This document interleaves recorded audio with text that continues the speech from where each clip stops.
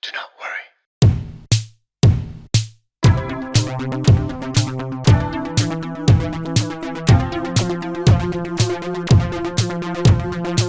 Well, howdy everybody. Welcome to a brand new episode of Do Not Worry. I'm your host, Anthony, coming to you from the heart of Lebanon, joined by the crew, Nour and Karine. How's it going, ladies? Good. Great. We have a ceasefire, folks. We have a ceasefire after about 65 days of war. Hostilities between Israel and the Lebanese resistance have ended. Ethan Klein invited Destiny's best friend, LonerBox, on the H3 podcast and had him spew a bunch of Zionist propaganda, but the H3 crew led by AB actually argued and talked back at him, and they made him hard for him to get away with a lot of his BS. So we're going to react to a lot of that podcast and give the crew their flowers. We have a lot more topics to talk about, but we're going to update the Lebanese celebrity tier list. We have some more influencers to introduce you guys to, but there's just so much to talk about with the ceasefire that kind of came out of nowhere. So we don't know if we're going to be able to get to all of that, but we're going to try our best. So stay tuned. I hope you guys enjoy the episode. Just want to take a second to thank some of our new patrons that joined the Patreon family. Abductee patrons like Scott Louis Simonson, welcome Scott, and Ado, welcome. Blonde patrons like Catherine Wood, Elby, Michelle Subti, August Jourdain, Coco, and Omar O, welcome. And we actually have some YouTube members. We started YouTube memberships a couple weeks ago. We have 3 YouTube members, Desiree Serhan Photography, Red Alert LB, and Kuji Makes Videos. So welcome to our 3 YouTube members. I'm still trying to figure out what to do with YouTube memberships. You guys are going to be getting some the videos that the patrons get, but I don't know what else to do. So we're going to try to get you guys on Discord or something like our patrons. But thank you guys so much for the support. The best way to support our channel is through Patreon. So thank you guys so much. It makes a massive difference. So we really appreciate you guys. If you guys would like to support us on Patreon, check out the link in the description and pick a tier that's right for you. And let me just take a second to thank some of our other amazing patrons. So quick thank you to some blonde patrons like Sarah M and Hagop. Superhero patrons like Kevin Masad and Meher Krikorian. And our amazing God tier patrons Rifat Fakih, Ilya Al-Mujabir, Jessica Ann, Jack Sleeman, Sisto Hayek, Dominic Selzer, Tamara Isa, and Google Sensors. We love you guys. We can't do it without you. So yeah. And by the way, for our patrons, I'm going to be organizing another Zoom call. The last one was super fun. And I'm going to try to do another Discord call. So stay tuned for that. It's going to be a lot of fun. Probably sometime over the weekend or next week. So stay tuned. I'm just a little bit busy doing some collaborations with some other YouTubers, yo. So I have to organize my time. Yeah. Also, we're going to try to do a Patreon segment at the end of this video. Like I said, it's just a lot to cover with the ceasefire and stuff. So no promises, but we're going to try our best. We recently crossed 20,000 subscribers, folks. I just wanted to take a quick second to mention that after almost 4 years on YouTube, this channel has just crossed 20,000 subscribers. I never thought it was going to happen, honestly. After we crossed 10K, after the Joseph Miraib documentary, I was like, we might be able to get... That's our peak. We could get to 15K. That's probably our peak, because it took almost 3.5 years to get to 10K. I was like, it's going to take another 3.5 years to get to 20K, at that rate. But we kind of almost doubled it in just a couple of months. All thanks to Hassan reacting to the podcast, the H3 video, and Ethan Klein crashing out and sending a lot of his fallen fans over here. Hey guys, once again, this is crazy. So a lot of these new subscribers, the first half, our first 10 to 12,000 subscribers were mostly Lebanese people, either living in Lebanon or across the world. Now we have a bunch of people from South Africa, the US, Australia, France, England watching us. It's kind of crazy. It's super nice. It's changed the whole dynamic of the show. The comments section is unrecognizable from what it was just a few weeks ago. But we're going to try to keep the show, the same. But honestly, all these subs, it's given me a lot of motivation to keep going. You know what I mean? And I kind of just want to keep growing this thing and seeing how far we can go.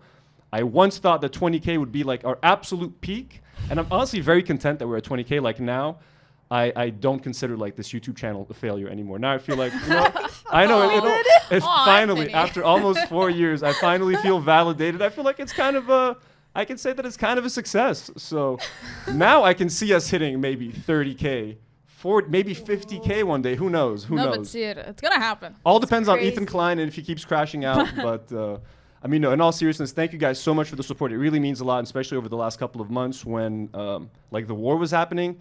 And if you guys notice, we didn't skip a single week over the course of these 2 months, because like, I don't know, I felt it was important to keep this podcast going because all the other Lebanese podcasts are like Stopped. just disappeared. They've all been absent. So we kind of wanted to keep sharing our story, like telling you guys what's happening, giving you guys a different perspective, something that you're not going to get on mainstream media, even on leftist podcasts that come out of the States or the West. You need that Arab perspective. So we were very happy to keep doing that for you guys, even if sometimes like mentally we weren't really in a place to host a 2-hour podcast and like make jokes and make you guys laugh.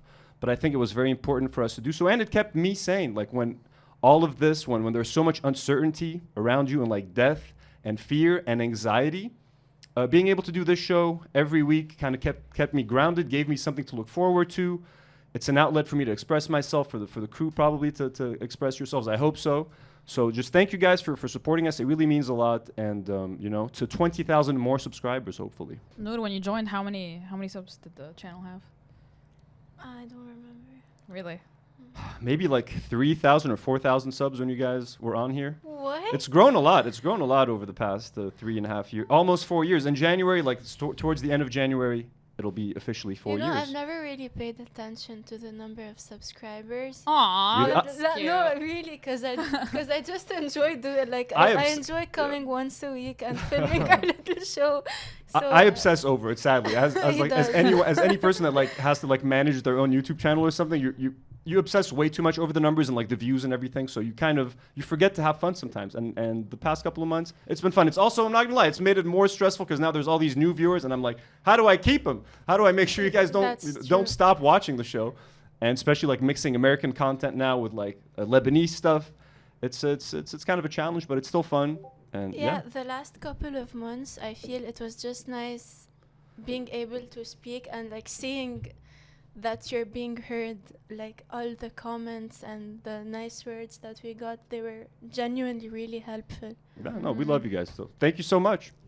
And speaking of fans and loving you guys, we got some fans that we want to thank because they've sent some fan art. So Amr Malouf, a young man, I believe, he sent this to Elijah on Instagram.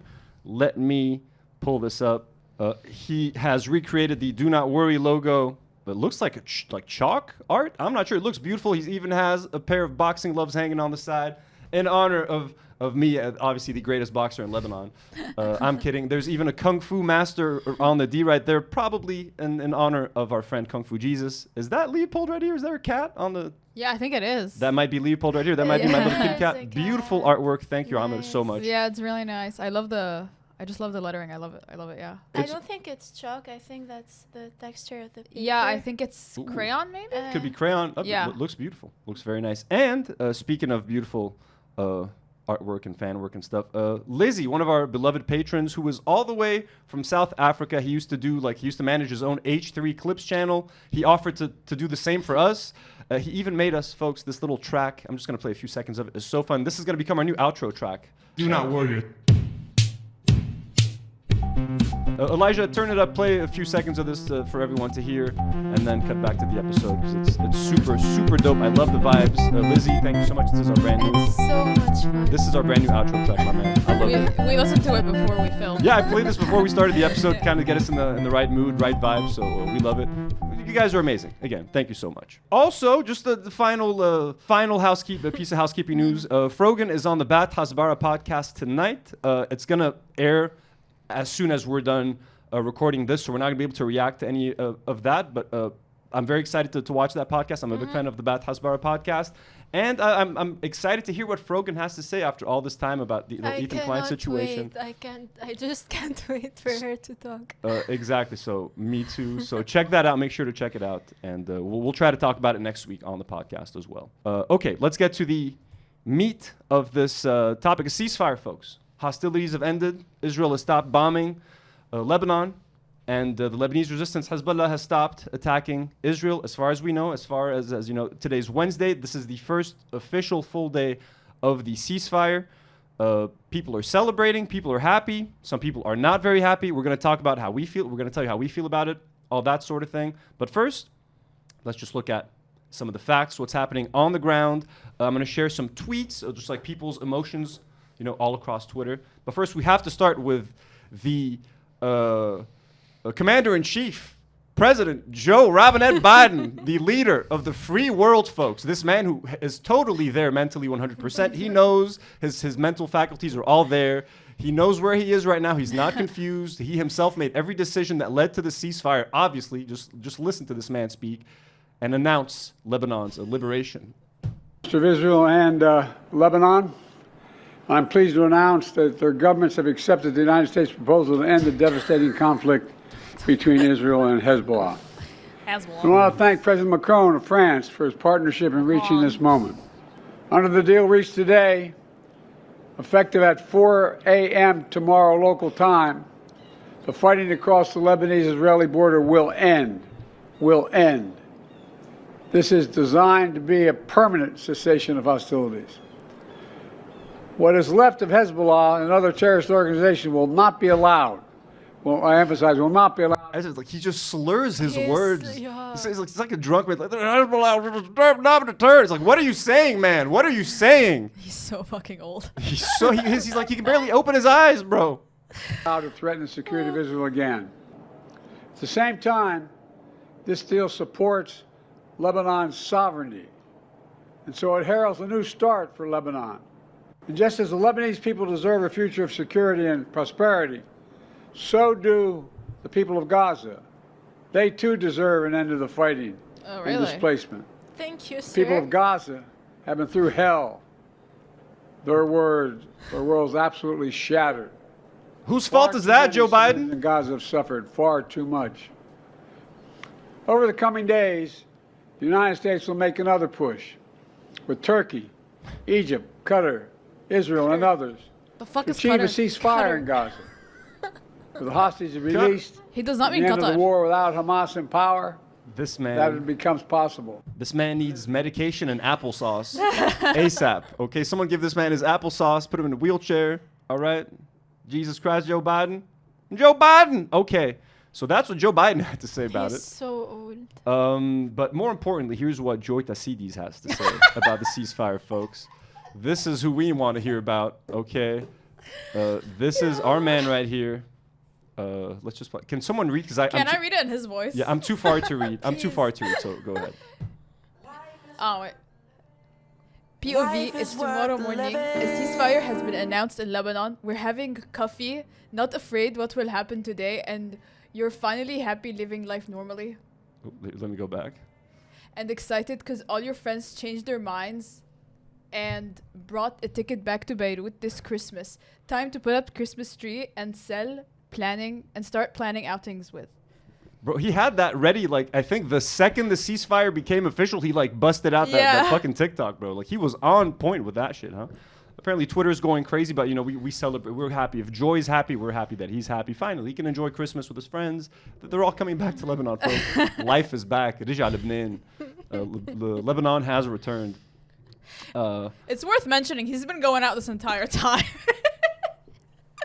And it's just something that I do want to mention. I should have probably started with that. Here are the sort of like official stats as far as we know about the total death toll that has been, that happened because of this war. So as far as we know, and the number could be closer or over 4,000, but this is according to Al Jazeera English, at least 3,768 dead, including at least 240 children and at least 15,699 people injured. That was since the beginning of the hostilities, since October 8th, 2023, up until November 26th. So yes, the war proper started in late September, September 24th, but Hezbollah and Israel have been trading blows since October 8th, right after October 7th. So over a year of hostilities, almost 4,000 people dead in Lebanon. And I know that number might not sound as crazy anymore because we've gotten so desensitized when you hear numbers coming out of Gaza.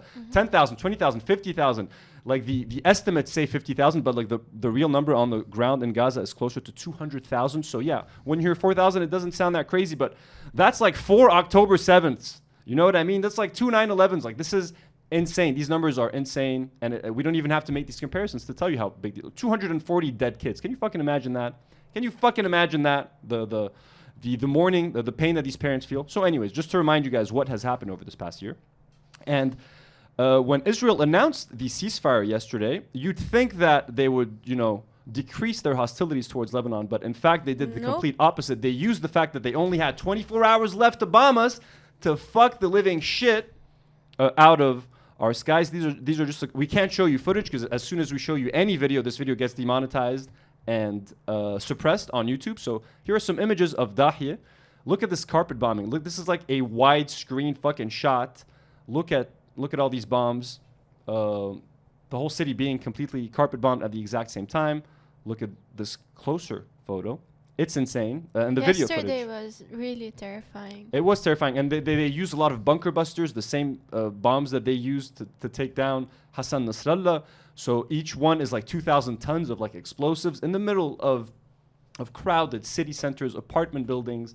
Houses were shaking. A lot of people that I know lost their houses. They lost their homes. On the last day of the war, a few hours before the ceasefire, Israel are so fucking evil that they wanted to make sure that they could cause as much damage as possible. They even attacked an area that they haven't attacked yet, Hamra, which is extremely busy. So let me share this little story about Hamra as well. There's a shop in Hamra called Multiverse Games. They sell board games, they sell collectibles, Dragon Ball statues, Funko Pops. There's a whole section downstairs where people go down and play board games together. They have Magic the Gathering tournaments, Yu-Gi-Oh tournaments, Pokemon tournaments. I have a little stand in that store, and I sell vintage comic books. I have a business called The Comic Stash. Here is the Instagram page for it. And I actually sell vintage comic books in multiverse games, like old DC and Marvel comics from the 1960s, the 1970s, first appearances. I have a couple of really expensive comics there, like the first appearance of Black Panther, Fantastic Four number 52 from the 60s, in great condition. So, and let me just share some photos of multiverse. I'm just, sorry, it's the first time I mentioned this stuff, so let me share a little bit about myself with you guys. So here are the photos of like the comic. This is my little tiny humble comic book stand at Multiverse Games. Here's myself posing in front of it holding some comic books. This was during COVID. Anyways, this was me with John Schnepp. Anyone watching, if you guys know who John Schnepp is, rest in peace, John Schnepp, king of the sweaties. Met him at New York Comic Con in 2014. And this was me slinging comics in the streets of Beirut in early 2015 or something. So anyways, I have been at this for a long time, and for a moment, yesterday, so this map was issued, and they were basically threatening to bomb the building right behind Multiverse Games. Again, folks, and I put out this tweet. A shop called Multiverse Games is on that street. I sell vintage Marvel and DC comics there. The dudes who work there sell board games and collectibles. It's about to get blown up. Incredibly busy area filled with people and families. This tweet got 63,000 likes, 1.6 million views, 11,000 retweets. So people all over the internet were reacting to this and extremely concerned for the people over at Multiverse Games. But thankfully, the guys at Multiverse are safe. They put out a couple of updates. Let me share them with you guys. And honestly, one of them got me kind of emotional.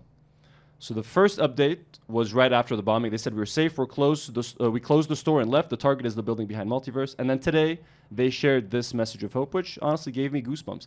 Despite facing the economic collapse, the port explosion, and even an airstrike attack, Multiverse endures. Each challenge has tested our spirit, but the heart of our community has kept us alive. Today, we stand as a welcoming haven for all, offering a place of escape, connection, and joy for board game lovers, no matter the odds. And this really goes to show how much Lebanese businesses have been through since 2019, folks. Fucking COVID. The port explosion in Beirut that wiped out half of the fucking city. I was there. I almost died. Hundreds of people died.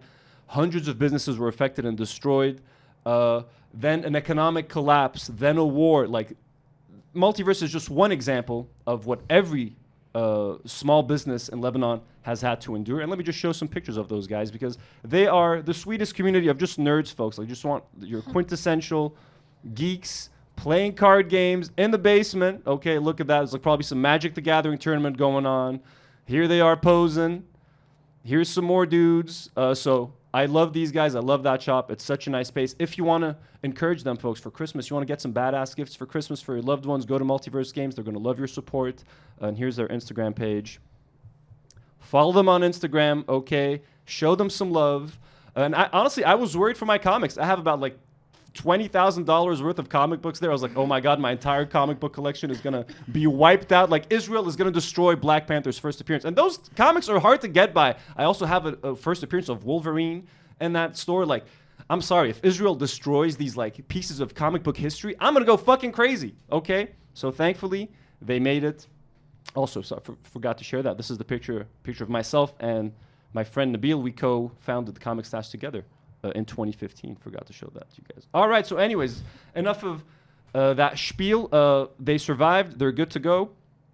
So that is just an example of how Israel's aggression, and this is just me complaining about my comics potentially being blown up. People lost their homes and Dahye, their houses, their lives. Okay, so I feel bad complaining about the possibility of my comic books, something happening to them. I feel bad and stupid complaining about that. And you live in Hamra. You live close to where the explosions were happening yesterday. How was that like? Yeah, yesterday was definitely the toughest day out of the whole 2 months. Because yesterday, usually like we'll hear a bit like of an echo. Because like I live far enough from Dahi that I don't hear what's going on there. But for example, when they hit Nuwaire, which is like in Beirut, and Al Blat, which is also in Beirut, I heard those. Like yesterday night, I heard probably like 7 strikes out of them all, and every single one made me shit my pants. The Hamra one, I also heard the Hamra one. I live like a kilometer away from where they hit. But anyway, like the whole time I don't know, the whole like yesterday after 5 p.m. just sitting on edge. And then after they announced the ceasefire, I was like, oh my goodness, what if I die before the ceasefire? It was so stressful. It's terrifying. And they were bombing all across Lebanon at the same time. Yeah, like yeah. in Baalbek and in Sur, Sur, so many different areas. They're just milking it. You know what I mean? Like we have a few hours left. We're going to cause as much damage. They did this in 2006 as well. Like right before they announced the ceasefire, they everywhere. It was the same thing, same playbook. So I'm going to share some tweets, basically, of just people reacting a little bit on Twitter. So, for example, here's a tweet by War Monitor. He says, if you currently oppose a ceasefire in Lebanon, please grow a brain. The two fronts were separated. It is clear that the Israeli enemy has no interest in withdrawing from Gaza anytime soon. Lebanon has already sacrificed its finest men, women, and children for this cause. Someone called Arya responds and says, your words are opposing Sayyid Hassan's words. And War Monitor is a pretty pro-resistance account. So he's very pro-resistance. Yeah. So already people are kind of arguing in between themselves. Should War Monitor thinks that Lebanon has sacrificed enough. Some people think that we shouldn't stop.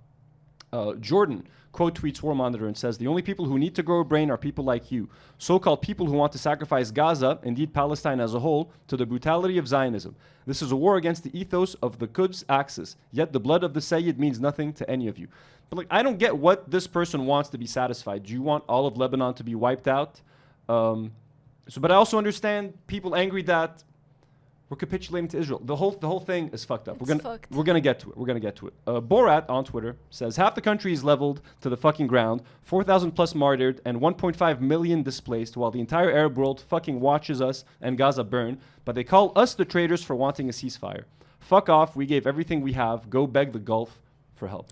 Period. Here's a tweet from Farah Silvana Kanaan. Says heart full with Lebanon, heart heavy with Palestine. So sure, it feels good that Lebanon is kind of out of the woods for now, but Palestine is still very much in this, and it's hard for us to feel happy when you know what's happening just across the border to our brothers and sisters in Palestine. And yeah, it's pretty brutal and it's pretty heartbreaking. Here are a couple of heartbreaking scenes of people trying to escape Hamra right before the bombings, because again, Israel was bombing pretty indiscriminately. And the irony of this photo, as people are stuck in their cars trying to get away, there's this giant billboard of My Monty, which is like a digital credit card that they've been trying to shove down our throats. Yeah, they have. What a and it literally name. says, everything is going to be all right, as all of these people are fleeing for their lives, terrified. Please, Lebanese brands, can we stop with the patriotic, Can you fuck off? patronizing ads? Because this is what it looks like in reality. People are escaping, trying to save their fucking lives, and you're like, everything is going to be all right. No, My Monty, everything is not going to be all right. These people do not feel good right now. They do not feel safe. And now they're associating their feelings of like discomfort and fear with My Monty. The last thing they're going to do is grab a My Monty digital credit card, is what I say. Unless you guys want to sponsor the show. Hey, My Monty, baby. We love you. I fucking hate that. I'm kidding. We're never gonna. We're not going to work with My Monty. I promise, folks. There will never be a My Monty sponsorship on this podcast. But I just found that kind of funny. Like, as people are fucking fleeing for their lives, you have this fucking brand in their fucking faces patronizing them. But here's also a terrifying scene of people like just driving the fuck away, traffic. It's insane. People couldn't move. Yeah, under my house it was like bumper to bumper for so long, and it caused me to panic more because it was just people screaming. People were screaming at each other. It was just cars honking, ambulances. It was just it was a horrible time. It really was. It's like those crazy. few hours, horror movie. I also just want to read a few more tweets just to share, because I think Twitter is a good place to gauge like the vastness of different sort of reactions. Elijah Magnier, who's a very pro-resistance but a very experienced journalist, and I've been following him a lot throughout this whole what was happening in Gaza and here. He says Israel has always asked the U.S. to come and rescue it when it fails to achieve its goals, and has always accepted a ceasefire when it's struggling. So he's sort of suggesting that Israel may think that it's losing, and they're cutting their losses by leaving Lebanon. So he doesn't see it as like a defeat for Hezbollah or for the resistance. Frogan, friend of the show, says a ceasefire may have been reached in Lebanon, but thousands have been murdered and injured, and millions are displaced. The genocide in Palestine is still happening. We must keep advocating to end the violence, occupation, and apartheid of Palestine for true justice and peace. Jackson Hinkle, this is here for just for laughs, for shits and gigs. What does Jackson Hinkle think? He says, victory is to God, and God is with the resistance. Congratulations on victory, Hezbollah, with a bunch of Lebanese flags. Thank you, Jackson Hinkle. Who the fuck is this guy again? Why does he comment on this? He's a right-wing, not right-wing, he's a... He might be anti-Semitic, this guy, like legit anti-Semitic. I can't remember. I think He he's a was- right-wing grifter who's only with us because he's anti-Semitic. Because he hates the Jews. Because Okay, he yeah. hates- He was nominated for anti-Semitic. Yeah, so just in case, anti-Semitic fuck of the Jackson year. Hinkle if he is an anti-Semite. I just chose this because it's funny. This is a joke. He's just hopped on us because we're a trend. Yeah. Mu'taz, and I know a lot of people have lost respect for Mu'taz ever since he kind of left Gaza and he sort of criticized the resistance, so I understand, but I still think it's important I still like Mu'taz. I think it's important too. He says he tweeted out 3 Lebanese flags, and then he wrote, and this is translated to English, I'm very happy for Lebanon. Thank you for everything, and may God have mercy on all the martyrs and reward you with good compensation. May Gaza be here soon. You can't imagine how happy and optimistic people in Gaza are that it might be near. And that kind of gave me goosebumps, that people in Gaza have seen the ceasefire here, and some of them are hoping that it could happen to them. I don't think it is, unfortunately, because Israel is fucking evil. But the fact that they feel a little bit of hope couldn't be the worst thing ever. And one final tweet that I want to read. This kind of represents the opposing view. How do Israelis see this whole thing? Joe Truzman says, food for thought. Hezbollah entered into a war with Israel to support Hamas in Gaza. 13 months later, Israel compelled Hezbollah to abandon Hamas and accept a ceasefire after decimating the group's leadership and infrastructure. What Israel achieved in Lebanon is remarkable. So now you have a complete different perspective where they're like, Israel completely destroyed Hezbollah and this is why they're leaving, and now Hezbollah had to abandon Gaza, so success for Israel. Yeah, that's what they're gonna say. That's what they're going to say. So, and we're going to kind of break it all down to you guys and tell you what we actually think. Not that we're political experts or anything, but, you know, just share our 2 cents. Something I want to share with you guys also is just footage and photos of people returning to their homes in the south after the ceasefire. This stuff really warms my heart. And this is probably the best thing to come out of the ceasefire. Again, we're going to tell you guys what we This think got me so emotional. is good or bad. But yeah, these are just some photos that we're going to just look at right here. Just like the traffic of people driving back to the south, people carrying Lebanese flags out of their car, feeling patriotic. Some people carrying Hezbollah flags, which some people might find offense to. You can't. They're supporting the resistance that fought bravely and lost a lot of brave soldiers, men and women, fighting al-ihtilal, al-Sahyuni. So again, look at all these people, cars with furniture on them.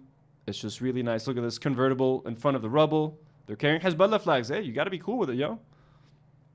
This lady, brave lady, holding up a peace sign, holding up a Hezbollah flag in front of some destroyed buildings, and a man smoking a shisha on a destroyed balcony, like a badass, like a G. Nobody does it like Arabs, folks. Nobody does it like we do. And we have some videos that we can share with you guys of people returning to their homes, their neighborhoods, their villages. Let's check this out. كل عافية يا اخوان هيدي بالخيام مدورة لك فعم يبرم لك فعم يبرم الأصل علينا يا عمي ما That's so So he's driving right in front of an Israeli tank. He doesn't give a fuck, dude. The guy is right in front of an Israeli tank. He's holding up a peace sign. Holy shit, I've not seen that before.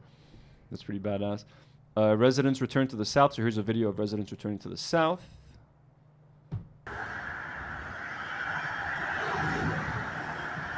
Bro, they're driving fast. They're excited to get home, bro. If their homes are still standing. So can you imagine being away, being forced out of your home for like 2 months? You just want to get back, put your fucking feet up, watch a fucking movie or TV show, make some fucking tea with honey, just be cozy in your home, and they deprive you of that. Just those little basic joys of life. You can't even do that.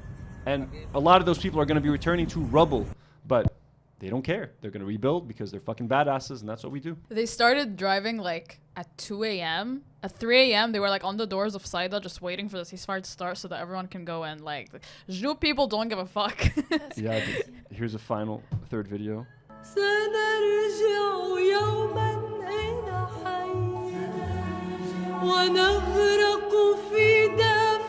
So keep playing this for a little bit. See, it's hard to be against a ceasefire when, you know, you see stuff like that. Yeah, well, I mean, let's talk about it. So, I put out this poll on my Instagram just to kind of get a feel for how everyone was feeling. I said, how do you feel about the ceasefire? Do you feel 100% positive about it, 100% negative about it, or 50-50 conflicted? And as you can see, this is based on about like almost 850 votes. Let me get the exact number. 859 votes, so almost 900 votes. Not a huge sample size, but like enough to give us something to talk about right now. It's a good sample Pretty decent size for sample size. Instagram. It's an Instagram poll. So, and here's the breakdown of the votes. So the people that feel 100% positive are 25% with 218 votes. 100% negative about it were 70 votes with 8%. And the majority conflicted 50-50 with 571 votes. I would lump myself in with the conflicted 50-50, people, which are the majority. And let me tell you why. Let me tell you what's the 50-50 I feel positive about and what's the 50% that I feel negative about. The positive, those videos that you just saw in pictures, people happy to go back to their homes.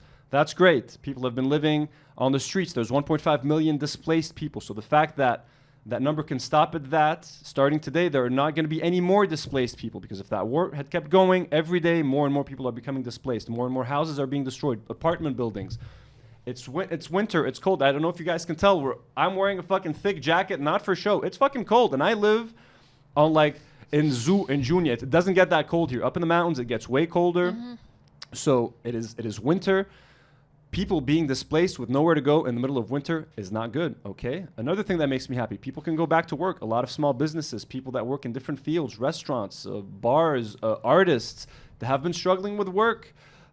People don't want to go out. People don't want to go spend their money the way they used to. People are a bit more scared. So again, this lets businesses that have been struggling, it gives them a little bit of an opportunity to breathe. Christmas is coming up. It's the holiday season. I know it's weird to think about those things, but it makes an impact. People aren't dying anymore. Other than people not being displaced and going home, we've lost 4,000 people in the past year. So people aren't dying anymore. That's a pretty good thing. No more injuries.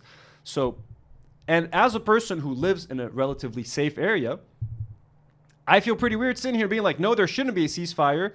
You guys should keep sacrificing more. My life isn't at risk right now. My house isn't at risk for now. So I can't sit here in good conscience and ask people who've already sacrificed their lives and their homes to sacrifice more. If the resistance decides that they want to sacrifice more, that is up to them. It is not up to me to tell them. And I'm going to support whatever they decide to do, because... And I know a lot of our Lebanese viewers don't like the resistance and don't like Hezbollah, and there are many reasons not to like them. But as a resistance force that we need in Lebanon, because we don't have a standing army that can defeat Israel. Our army is not allowed to have jets or air defense systems, so that for the exact reason for us to not be able to fight Israel. The U.S. will literally not let us have our own jets or air defense systems. So our military is never going to be able to protect us against Israel. We need Hezbollah. So. I feel good in the fact that all of this violence is done, but what I'm not happy about is, well, what did we sacrifice for the ceasefire? What are the conditions? What are the terms of the ceasefire? Like Israel says that, for example, here are some of the conditions according to War Monitor. Hochstein to Al Jazeera. We will not deploy American forces in Lebanon, but we will provide support to the Lebanese army. The ceasefire monitoring mechanism will work to verify any violations and address them. Both the Lebanese and Israeli sides have the right to self-defense in accordance with the ceasefire agreement and international law. We will work with the Lebanese authorities to ensure they are able to deal with multiple security needs. UNIFIL will be part of the mechanism to monitor the implementation of the Israeli withdrawal and the deployment of the Lebanese army.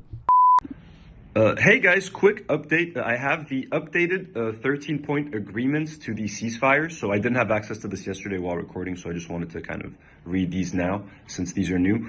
1. Cessation of hostilities. The cessation of all military operations on both sides begins at 4 a.m. November 27, 2024. This includes a halt to offensive actions by both Israel and Hezbollah with the aim of reducing escalation and preventing further loss of life. 2. Prevention of armed activities. The Lebanese government is tasked with ensuring that no armed activities targeting Israel originate from its territory. Similarly, Israel agrees to cease all military actions against Lebanese territory, including both civilian and military sites. 3. Reference to UN Resolution 1701. The agreement is rooted in UN Security Council Resolution 1701 with a renewed commitment from both parties to implement its stipulations fully, including the disarmament of all non-state armed groups in Lebanon. So I'm guessing they want to disarm Hezbollah, which, I mean, hey, good luck with that, yo.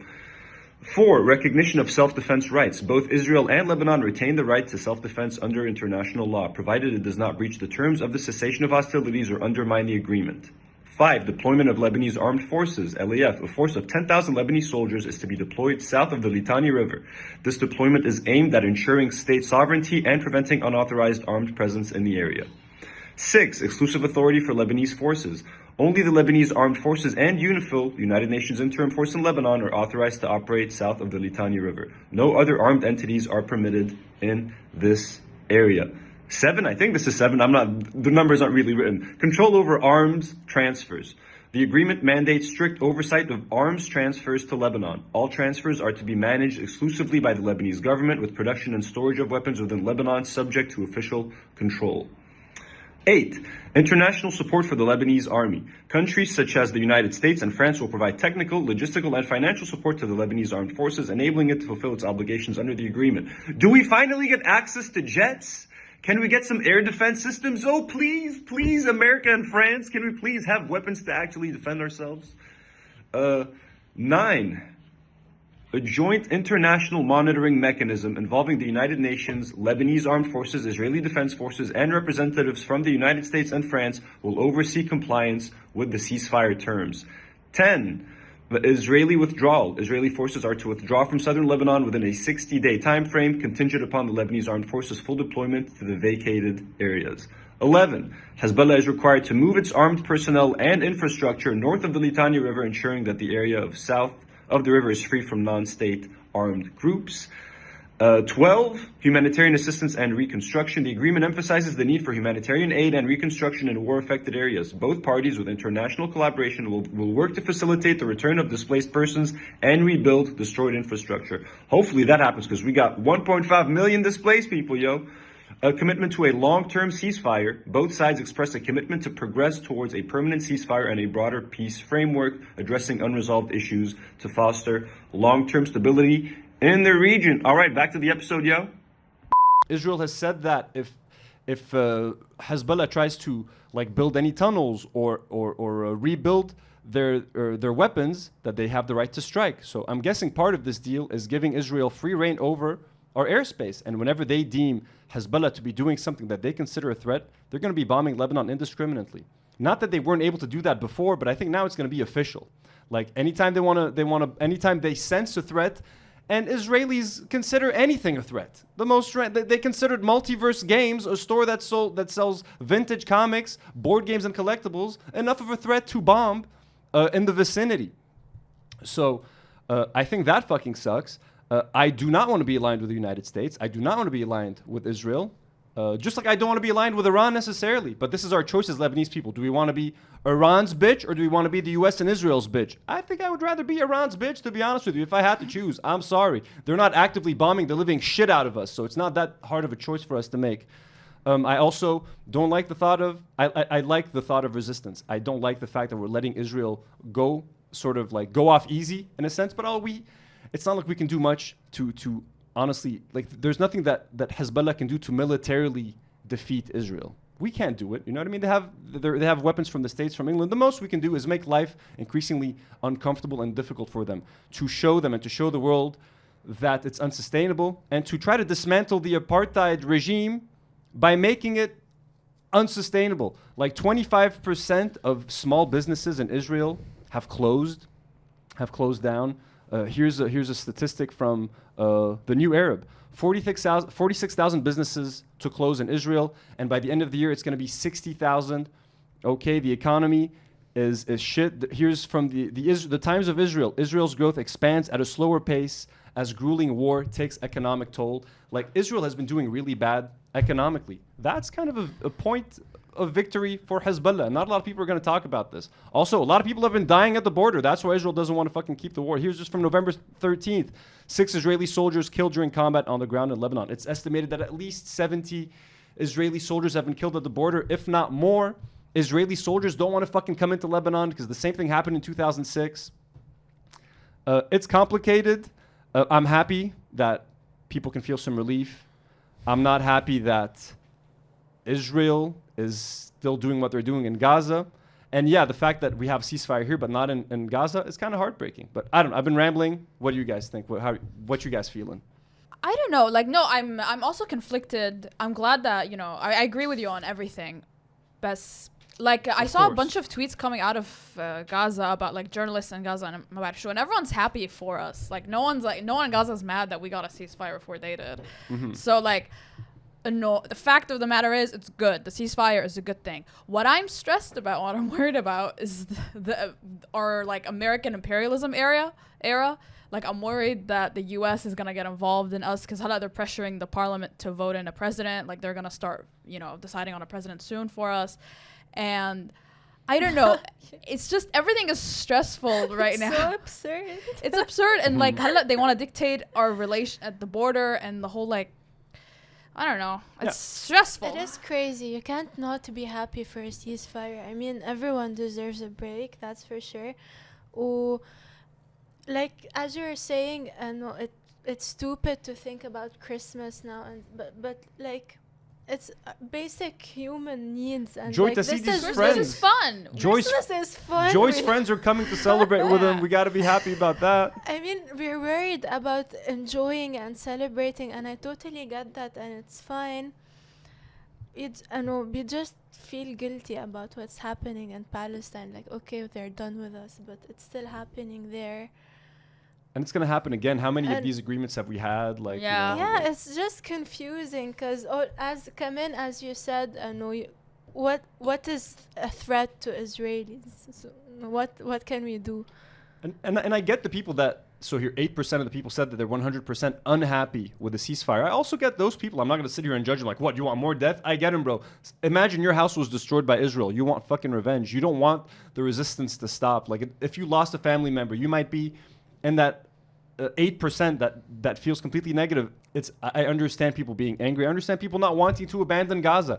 I don't think it's our responsibility alone as Lebanon. I think the real tragedies, all these other Arab nations literally just sitting idly by, bro, doing nothing, while we paid with 4,000 of our lives, with hundreds and thousands of homes and buildings and villages that have been burnt to a crisp, while every other Arab nation, list them off right now, no one did anything except the Houthis in Yemen, bro. The poorest fucking country in the world is the one that kind of stood up for Gaza as well. It's kind of crazy. And to Karine's point, in Lebanon, Lebanese people are not a monolith. The way people feel about the war, about the resistance, is very different. You have extreme Lebanese Christians, extremists, who are happy, who want Israel to destroy Hezbollah, so that Christians can go back in power in Lebanon. You have some of them that are actively encouraging Israel destroying Hezbollah. You have people like us who are kind of mixed. We don't love Hezbollah and everything they stand for, but we understand the need for a resistance, especially when it comes to Israel.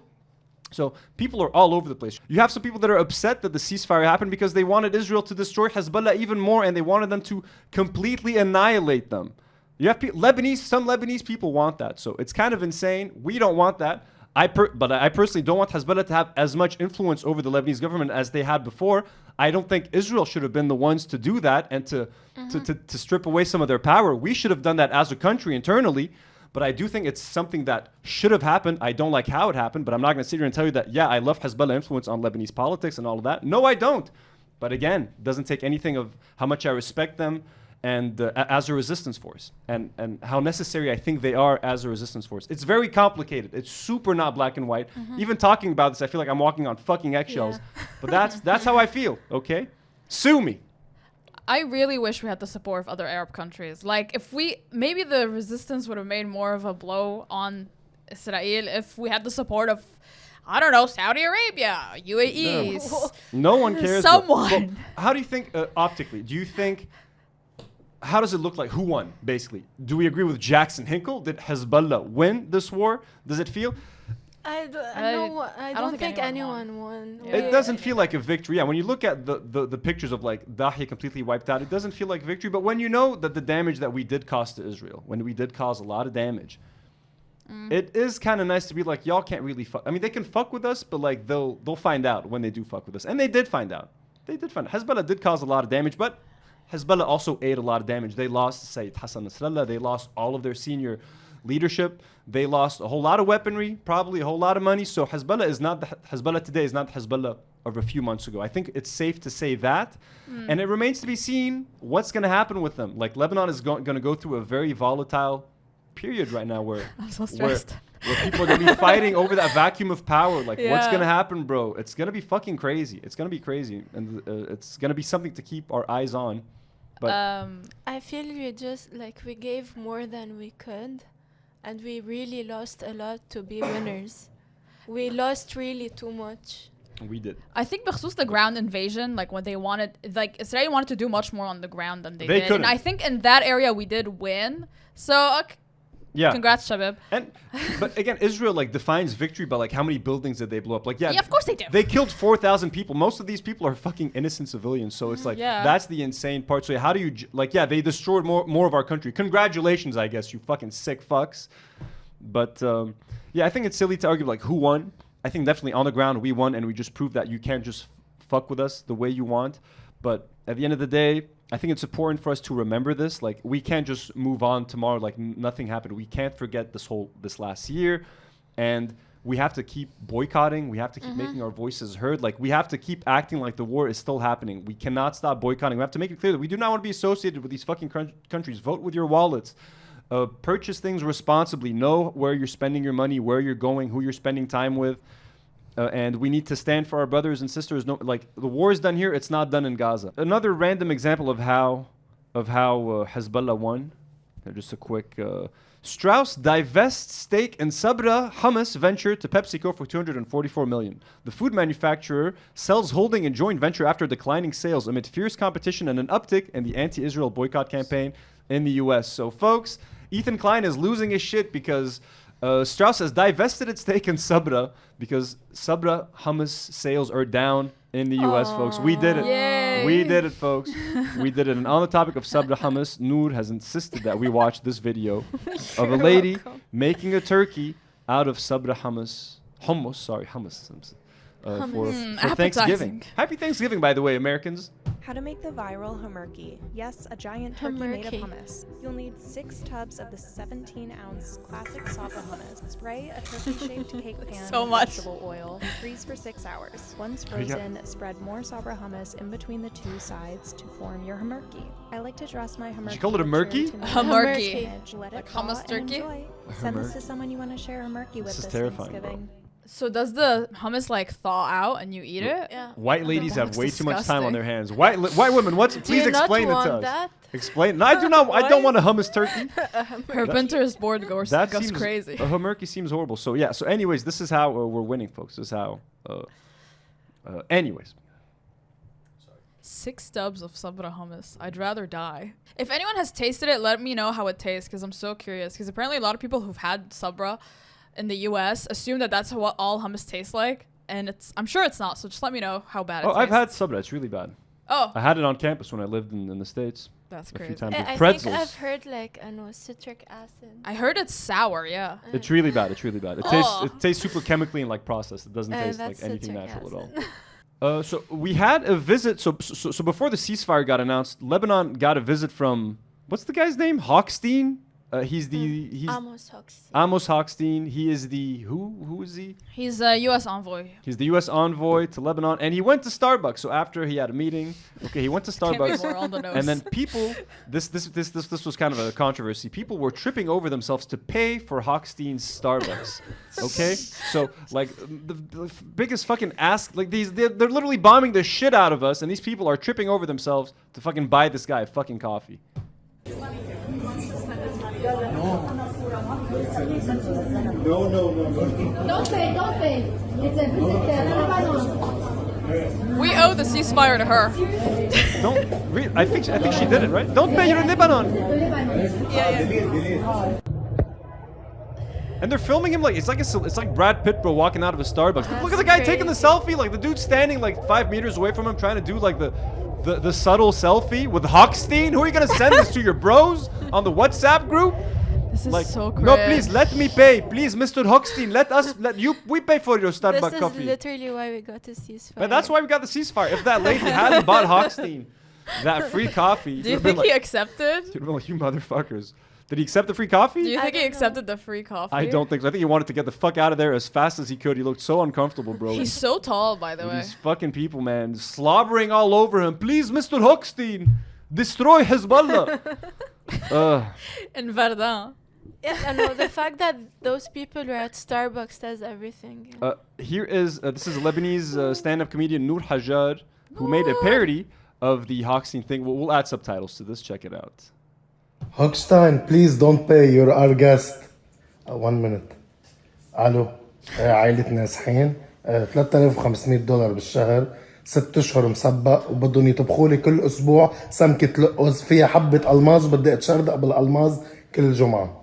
حبيبي ما عجبك ما يعجبك. شكرا. Let me pay. So here's making because of the 1.5 million displaced people, landlords in Lebanon took that as free reign to like just increase rents and just gouge people. So Nour is making fun of that right now. Speaking of jokes, here's a Lebanese man making a dude. You can't fuck with Lebanese people's humor is like untouched. Look at this guy. وين كنت دايرة لهلا؟ وين كنت برا؟ طلع البيت لشوف، يلا طلع البيت. يا بنت. البيت؟ راح البيت؟ He's yelling at his daughter like, "Why are you late? Go home right now." She's like, "What home?" He's like, "Oh, what home?" It's like they're just making skits. They're making TikToks, folks. Their homes are destroyed. This man is making jokes with his daughter. They got nowhere to go.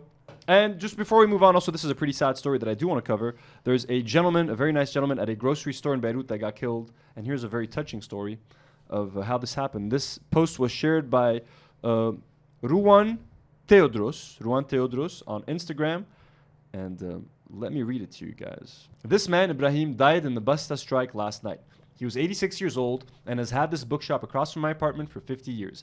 He watched me grow up. He has delivered newspapers to my teta's house her entire life. He watched me grow up. He was the person I saw every morning since I was 8.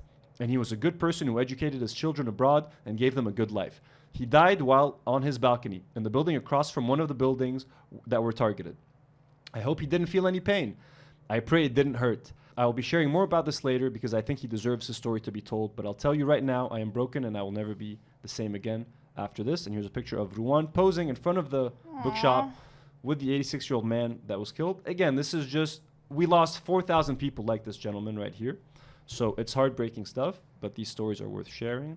And that's what we're going to do. Okay, so moving on, we're going to talk about H3 and the situation that happened on Monday. Now, as we're recording this, there's going to be another H3 episode tonight. And by the time this episode comes out on Friday, there's going to be a third H3 episode. There's probably going to be some stuff that I'm going to have to add updates to if Ethan discusses Palestine and stuff again. But I really do want to talk about this, even if it's a little bit late, because I really like how the crew finally stood up to some of the Zionist propaganda that has been spread on H3. So Ethan invited LonerBox onto the episode. And LonerBox is a very good friend of Destiny's. And Destiny's like this piece of shit political commentator who hates Hassan. He's a Zionist. He's also a P-word, P-E-D-O-P-A, like accused of a lot of disgusting shit on the internet. So no one wants to be associated with that guy. But Ethan has been using a lot of Destiny talking points and Destiny's subreddit to make arguments against Hassan, etc. It's been pretty bad. And he has a friend called LonerBox who's this half Lebanese, half Scottish dude who also does political commentary. He's also a Zionist. He also spews a lot of the same stuff that Destiny spews. And before we get into the H3 section of this, let me just introduce you to LonerBox really quickly. I hadn't heard of this dude except from a few weeks ago after Bad Empanada started just shitting on him and Destiny. So here is LonerBox defending Israeli snipers killing kids, basically. He's trying to like just explain it away as like it's an accident. Here is the reaction of Israel's lawyer to seeing political commentator Mehdi Hassan bring this up in a debate. 3 American doctors went to Gaza. Dr. Fayaz Sidwa, Dr. Irfan Galaria, and a Jewish American doctor called Dr. Mark Perlmutter. All of them came back at separate times, said children were brought into hospitals we were in with gunshot to the head, sniper shots. Perfect. exact targets. There is no tunnel that justifies shooting toddlers in the head. Israeli snipers. Does this guy not know how sniping jobs work? Like, the problem with sniping isn't like the accuracy is not because obviously you got your scope and the fucking like yeah, it's quite easy, you can accurately snipe, but targets and personnel move really, really fast when you're sniping. Like, snipers make their decisions in less than a split second in combat situations. Unless he's suggesting there were just a couple of kids sitting on the hill and a guy opposite in a building just went, got him, take him out. Maybe someone committed a war crime. Are you stupid? But I don't think that's Israeli policy, is to snipe kids for no reason, to snipe toddlers. But okay.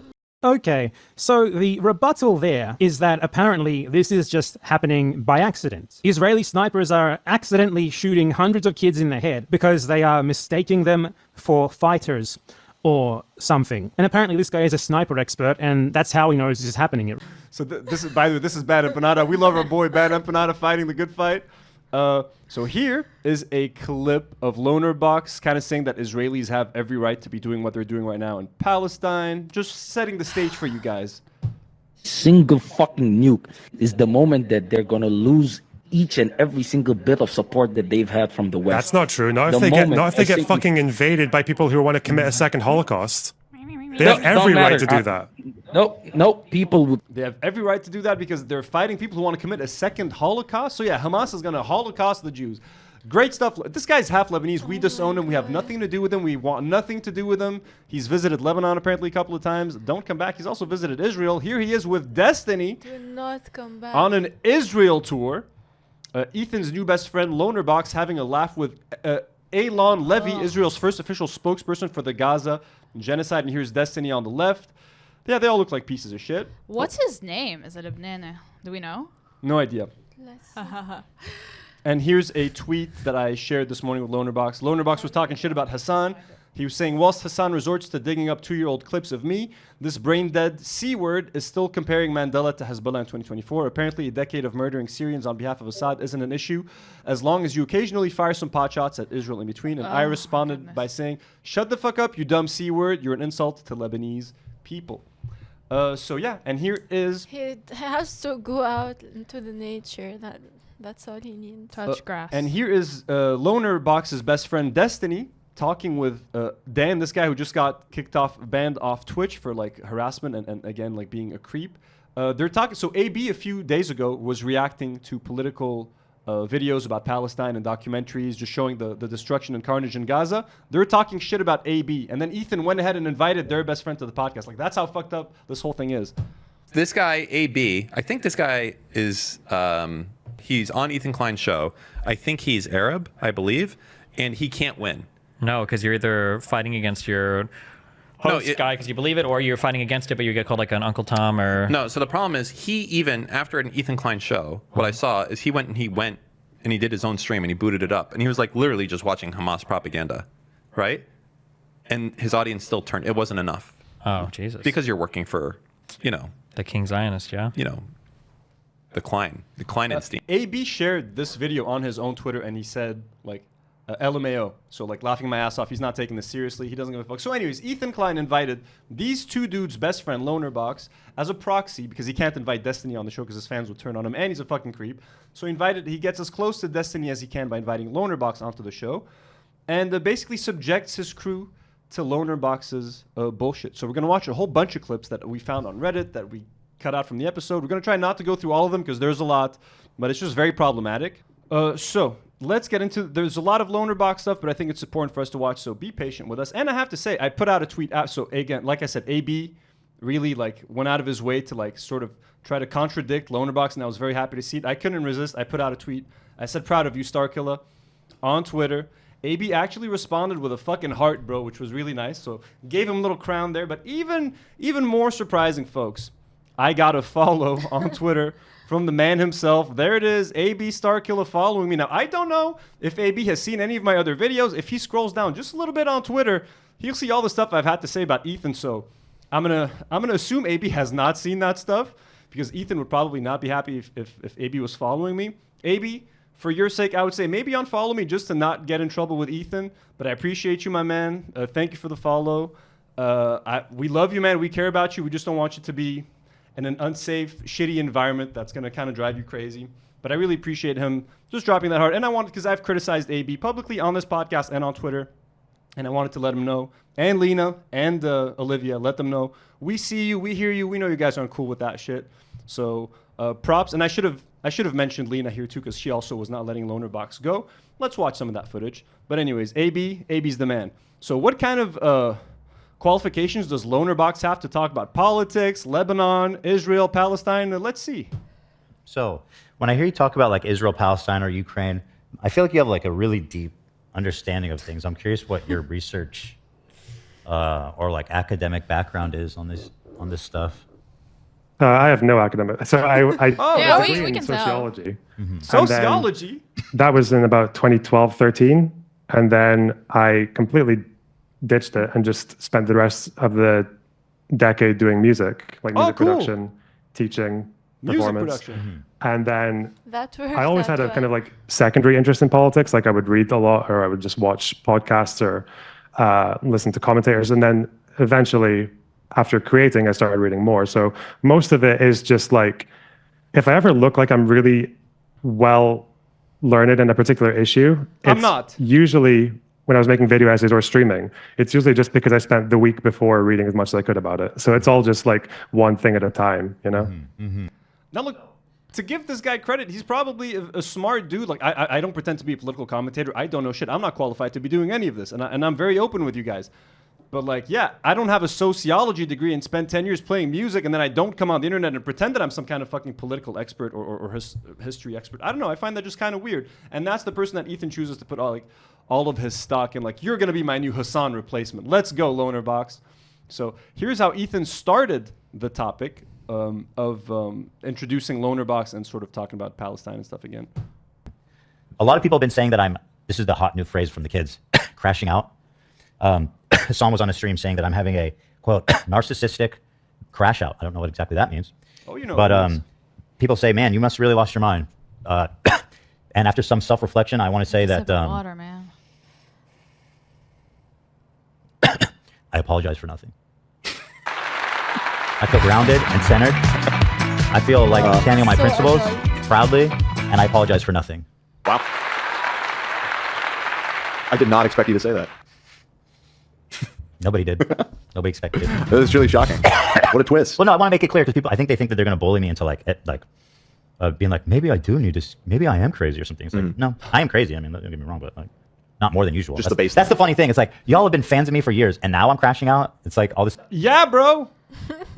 Now you're crashing out. Exactly. I've been a fan of you for years, knowing that you're Israeli, knowing that you're Jewish. None of us are anti-Semitic. It's when you just start saying Zionist things that people kind of change their minds, Ethan. It's not that complicated. Here's something that Ethan actually said that I'm going to give him credit for. I'm a changed man, folks. Let's give Ethan some credit. Here he said that West Bank settlers are like an okay target for Palestinians to like attack, basically. And I was like, okay, you know what? You know what, Ethan? I'll fuck with that. I totally agree. On the West Bank, like, these people are, when you talk about like colonial settlers and stuff, like that's what's actually happening in the West Bank right now. And these people are like, I mean, more or less valid military targets, in my opinion, right? But in Israel proper, as you describe it, what would you say? Because I think a lot of these activists would say, well, actually, Israel's all stolen land. So what's the difference between the West Bank and like around Gaza, the kibbutzim around Gaza? For America, to hear Americans say that, like, okay, so you would actually be fine if a Native American decided, okay, it's time, we're taking it back. We won't actually take it back. We know we won't take it back, but what we could do is we can just kill as many Americans as possible before the army comes in. Like, okay, if you concede to that, and then it doesn't make any sense. Like, the idea of Israel being stolen land, that's where you get into a bit of a difficult territory there when it comes to Israel being stolen land. That when people talk about colonialism and Zionism, and maybe like farther left people don't really see eye to eye with me on this at all. I think when people try to make these comparisons, I don't think it's very helpful to compare Israel, like Israeli colonialism, which I think is real. I don't think it's worth comparing it to something like to Algeria under France or British-run Kenya, because the difference is that a colony is like a place that is controlled by a mother state that that has the colony there on its behalf, with the goal of plundering the land and exploiting the locals. That's the goal, right? Yeah, Israel is basically an American colony, my man. American colony, but the fact that Ethan was like, settlers in the West Bank are valid military targets. I'm like, okay, you know what? Look, we got to take what we can get. You know what I mean? We're grasping at straws here, but He's literally having a he's asking LonerBox for questions. Yeah, so now That's LonerBox. insane. And now LonerBox right here is justifying Zionism in this clip. Let's see. I think if there had been no anti-Semitism in Europe and the Middle East in the 19th century, Zionism would have been a really stupid idea. It would have been a complete, So if there was no anti-Semitism in the Middle East and in Europe, then Zionism would have been a very bad idea. So he's basically justifying, well, Zionism has to exist because there's anti-Semitism. So what Israel's doing now is okay. That's fucking crazy. There'd have been no reason for it. It would have been completely unjustified. That's my opinion. But because that wasn't the case, and because you're dealing here with people who don't have anywhere else to go, who don't know anywhere else, who are not going back to Poland or Brooklyn or Iraq or Libya or Yemen, well, they're there to stay. And the way I see it now with Israel-Palestine is, although the foundation of Israel was built on, I'd say, at very least problematic terms, pretty unethical actions, sometimes downright atrocities like the 48 War, those people are not going anywhere. There are two national groups who live in that area. And we know that they don't really want to... The thing that where they always go like, well, where are they going to go? But we're not...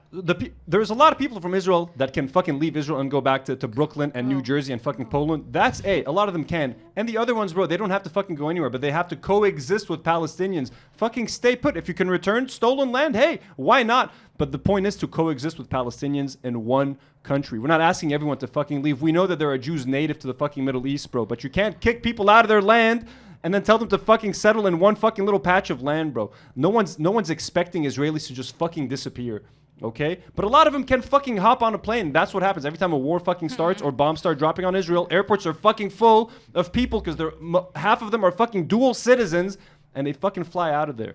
So I already hate this whole argument, bro, because no one's making that argument to begin with. The colonialism argument is stupid, and Zionism at its core is a right-wing fascist idea. And the fact that hatit on your wall, like Amalla, end fascism in football or get fascism out of football, you don't know what fascism is, and you're fucking stupid. Just piss me off. This guy's really pissing me off. He's really annoying. And this clip right here, Ethan kind of just shows you how scared he is of Palestinians mixing with Israelis, because he thinks that Palestinians are just going to run around murdering Israelis. Oh shit, they're let loose, they're running amok. Let everybody in Gaza and the West Bank have free reign to go into Israel and basically just, fully integrated from one day, lights are on, the borders are gone, full integration. Pragmatically, that seems like a total disaster. I mean, that would be like, all the governing bodies in those areas are pretty much dedicated to violence against Israelis, and it would it'd be crazy, right? I mean, it would be fucking mad to do that. Seems to me. Well, it will be mad. So it will be mad to let the Palestinians out of Gaza because they're going to fucking run like crazy motherfuckers, stabbing people left and right. Are you Israeli? Fucking crazy, drinking people's blood and shit. So this is, and most Israelis feel that way. Most Israelis feel that way. They're all terrified of Palestinians. They think that as soon as a Palestinian is going to come face to face with an Israeli, they're going to fucking attack him and bite his face off, which they have every right to if they wanted to because of what the shit you fucking done to them. But they're not going to do that. Or most of them aren't. Some might. There's going to be some growing pains in a one-state solution in the beginning, and some may be fucking difficult. Why are they pretending like Israelis aren't the one who open carry automatic rifles when they go to the fucking grocery store? You're the fucking murderous obsessives, by the way, not us. So I think the problem is like, I think people are just very disproportionate with the ways that they make complaints. And then when you get disproportionate and when you exaggerate or when you throw in false things, then you don't really know where the solutions are. So for the last year or so, when people have been saying there's an inevitable famine, and like a famine is like you've got thousands of people dying of starvation like every other week. And obviously that didn't happen. But have been saying there's an inevitable famine, and like a famine is like you've got thousands of people dying of starvation like every other week, and obviously that didn't happen. But it means that people kind of like. So we have our first clip right here. Now some of these are out of order because some of the clips I got off of Reddit and some I got myself by watching the episode. So it might be a bit out of order, but it should make sense. So here's AB defending Arabs. And it was just nice to hear AB fucking say this shit. And he's probably angry as shit that this guy's on the show. So made me feel very good. Right? Because they have their situation is something that people should be sympathetic with. I don't mean so much the oppressed overseas. I mean the people here who are trying to defend them. Like, there's this feeling of like, no matter what we say, we're going to get cornered and to be called anti-Semitic or something along those lines. Whatever it is. To be a terrorist sympathizer. You feel like there's not a lot of freedom for somebody to just criticize Israel. Yes, and let me be clear. That nothing to do with Ethan or Hila. Ethan has always encouraged me to say whatever I want. I'm very thankful for that. We had a full conversation in Vegas in which he said you could talk to me as your friend, and I truly appreciate that. So this is not a reflection of you, Ethan. I don't take it that way at all. This is good. This is my problem, is that like having a conversation even like remotely like. So actually, I found the other clip that ties to this one. AB is talking about the fact that we can't use any slogans, like Arabs can't choose from the river to the sea. Now, even if you say the word Zionist, you're considered anti-Semitic. So like, what can Arabs say or do to defend themselves? So here's part of that clip. So yeah, what scares me about this conflict overall, and I'm not coming at you, I don't know your content, this is the first I've heard of you, but I'm just saying, movement, at least from the Palestinian side, I think we should be able to talk about it more. I agree with Ethan that people are too reactionary sometimes and that we need to have realistic standards as a starting point. But from the Palestinian point, like I've never heard, at least to my knowledge, I don't know shit about politics, but I've never heard of another movement who can't have a slogan. So my whole life, I'm Lebanese, I'm Muslim, I've always heard river to the sea. I've never understood it as a phrase that meant eliminate Israel. Now, when I heard that people take it that way, when I heard from Jewish people that they take it that way, I respect that. And if they think that, then I don't want to say it. But then the next thing is, okay, we can't have a slogan. Now, and I'm not talking about Ethan specifically, I'm just talking about my views overall. Now we're not. By the way, this is a good conversation. Yeah. So we're not able to have a slogan. Now we're not able to identify the enemy because now I'm being told that Zionist is being associated with Jewish. And of course, people can use Zionist and call people Zionists where it's not true. But I don't think it's fair to say that, calling people Zionists just as a flat line is anti-Semitic. That's me personally. You're saying using a slogan is anti-Semitic. We can't have a slogan. We can't identify the enemy. And now we can't give aid. That's another thing too. You can't give aid because there's this fear that Hamas is going to take the aid. And either way, both sides don't agree on anything. Everyone has their own talking points, but we can all agree, at least for the most part, on the numbers. And that's what worries me, is because this is happening. I don't know what the proportional response is. I condemn Hamas, but whatever it is, it's not this. And AB brings up a good point. Our man AB, and this is something that I talked about in my episode about Ethan. Like the fact that everything that AB is complaining about, Ethan is responsible for complaining about. Like Ethan is saying we can't say from the river to the sea. Ethan complained about that on stream when Olivia liked the tweet talking about it. He's like, that's anti-Semitic. So I mean, this is so hard for AB. This is so tricky for him to navigate and criticize this because his boss sitting right in front of him is basically causing all these problems for AB. Ethan has been the one going on a tirade for the past month saying that the word Zionist is an anti-Semitic slur, and he's been trying, and he successfully got the word banned on fucking Twitch, and now AB's complaining about it. He's like, we can't even call people Zionists. So I give AB so much props for just having the courage to sit there, say that to his boss who pays his salary, him and his wife's salary, and his boss has been crashing out for a month talking about anti-Semitism and all that sort of thing, and I don't know, I just really appreciate AB, and I know how hard this is, and I know we've given them some shit, but I don't know. I was smiling when AB was doing this. I was kind of smiling while I was watching. Yeah, because you feel, no, finally. Finally. And I wish they did this earlier, but... Because you want to say those things to Ethan. Yeah. But better late than never. And Ethan loves AB, so... And look, to give, again, Ethan some more credit, when he felt that AB was a bit uncomfortable sharing, he's like, yo, I want you to share. This is a safe space, so I want you to be able to say that. So... Even though Ethan has invited this Zionist on the show and he's putting his crew in such an uncomfortable position, I'm still going to try to give him some credit because AB's following me on Twitter now. So we got to try to spread some love, y'all. Spread some love. So here is AB doing some more defending of Arabs. Use for fighting massively goes away. Like if they can actually take out Hamas, then there's no excuse for the blockade. It's gone. And like every country in the world should completely disown Israel if they keep it going after that. So I agree that Hamas should be taken out of power, but I also have this fear that this is an excuse to allow this genocide to basically continue. Like, I don't know what the answer is of how to remove Hamas while at the same time not massacring so many people. Yeah, and I guess that's true. And it's like, even if Netanyahu weren't a war criminal, even if they did everything right by the books of the law and war, yeah, you'd still kill a lot of civilians because that's how Hamas fights. But I don't really know. That's why I think right now, because Hamas will fight forever. I don't think they're going to stop. Obviously, the right thing for them to do would be... But you see what he said? He says, yeah, they kill a lot of civilians because that's how Hamas fights. They're going to talk about fucking human shields in a second, too. I think we have that clip. So he loves justifying this, and he keeps talking about the human shield argument, and Ethan is going to bring up the human shield argument again. It's kind of nauseating, but again, props for AB for standing his ground. To surrender and to agree to hand over the governance of the Strip to anyone that's not the IDF and that's not Hamas. That would be ideal. But I think that's why I think the burden should be on the IDF and Israel a lot more to take parts of Gaza that they can actually secure some kind of like calm in, and then just it needs to be. I don't think Israel and Palestinians can solve this by themselves. I think America, wherever else, Saudis, Emiratis, Qataris, I think the entire world. We have a clip of Lena asking a pretty good question as well. Let's check this clip out. These might be a bit out of order, but you guys will get what we're talking about. Again, props to Lena, our queen. There you go. See? I have a question.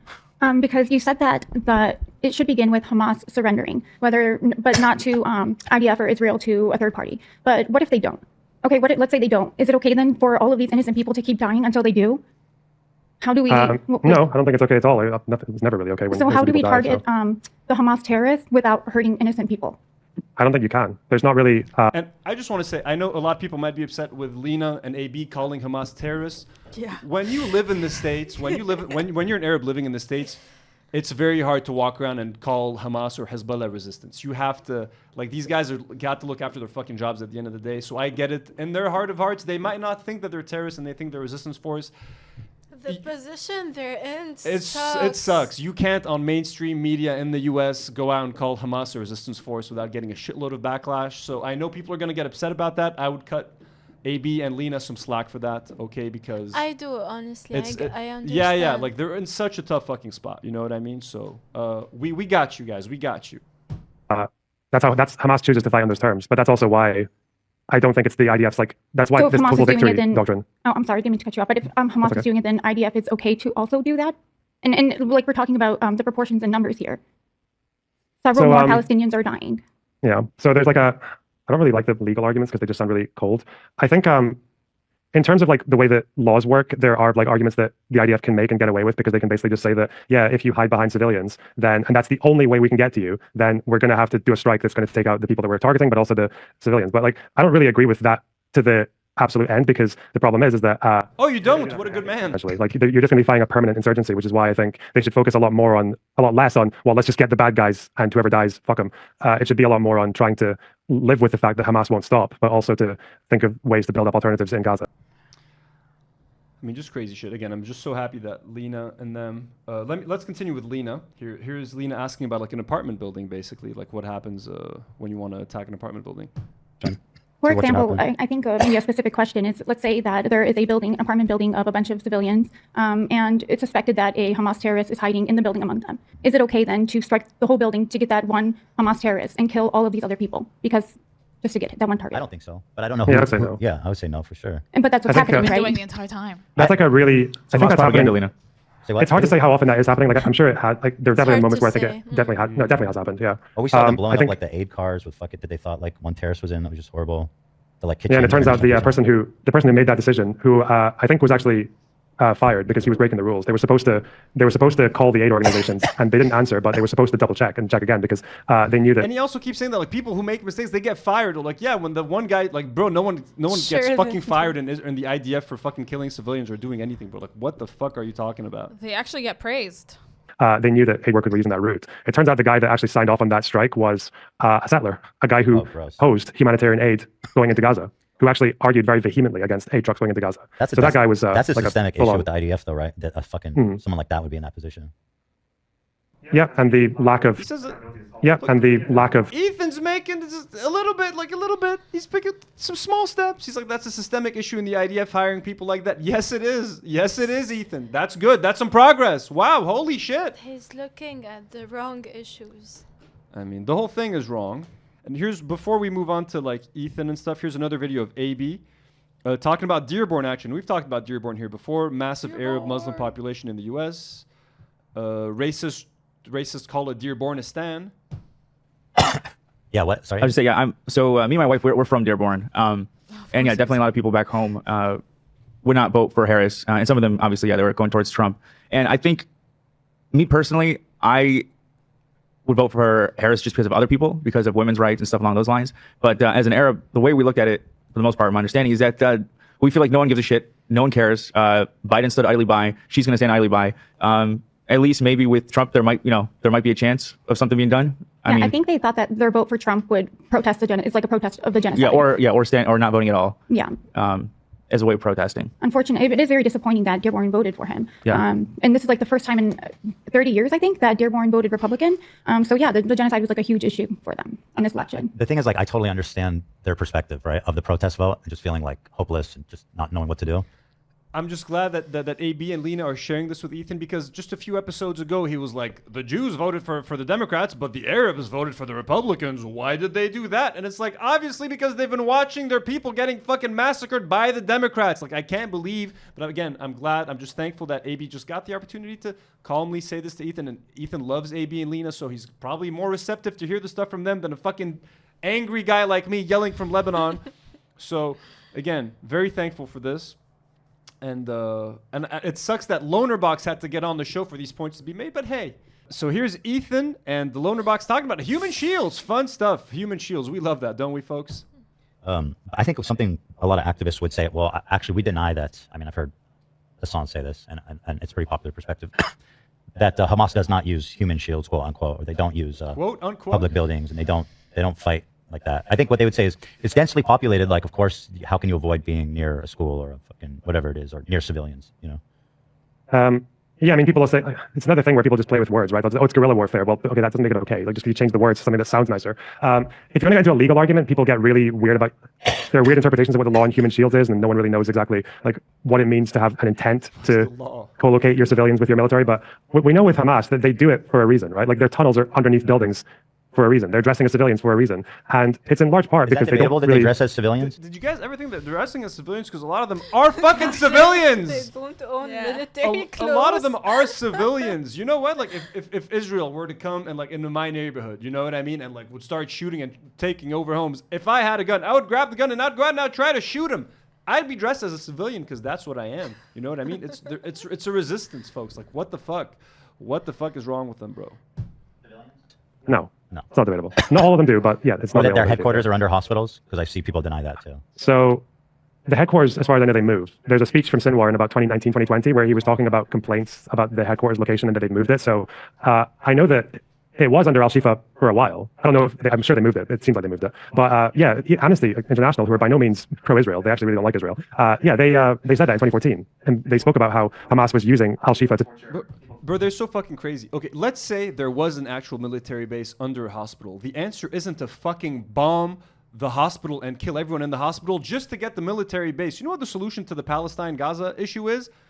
It's not military, bro. It's all diplomatic. Like, you can't bomb your... Like, you can bomb everything, bro. It's never going to end like this. That's what they don't fucking understand. Like, instead of being like, we shouldn't bomb the hospital, instead of bombing... But what if Hamas is throwing rockets? Well, then we got to bomb them.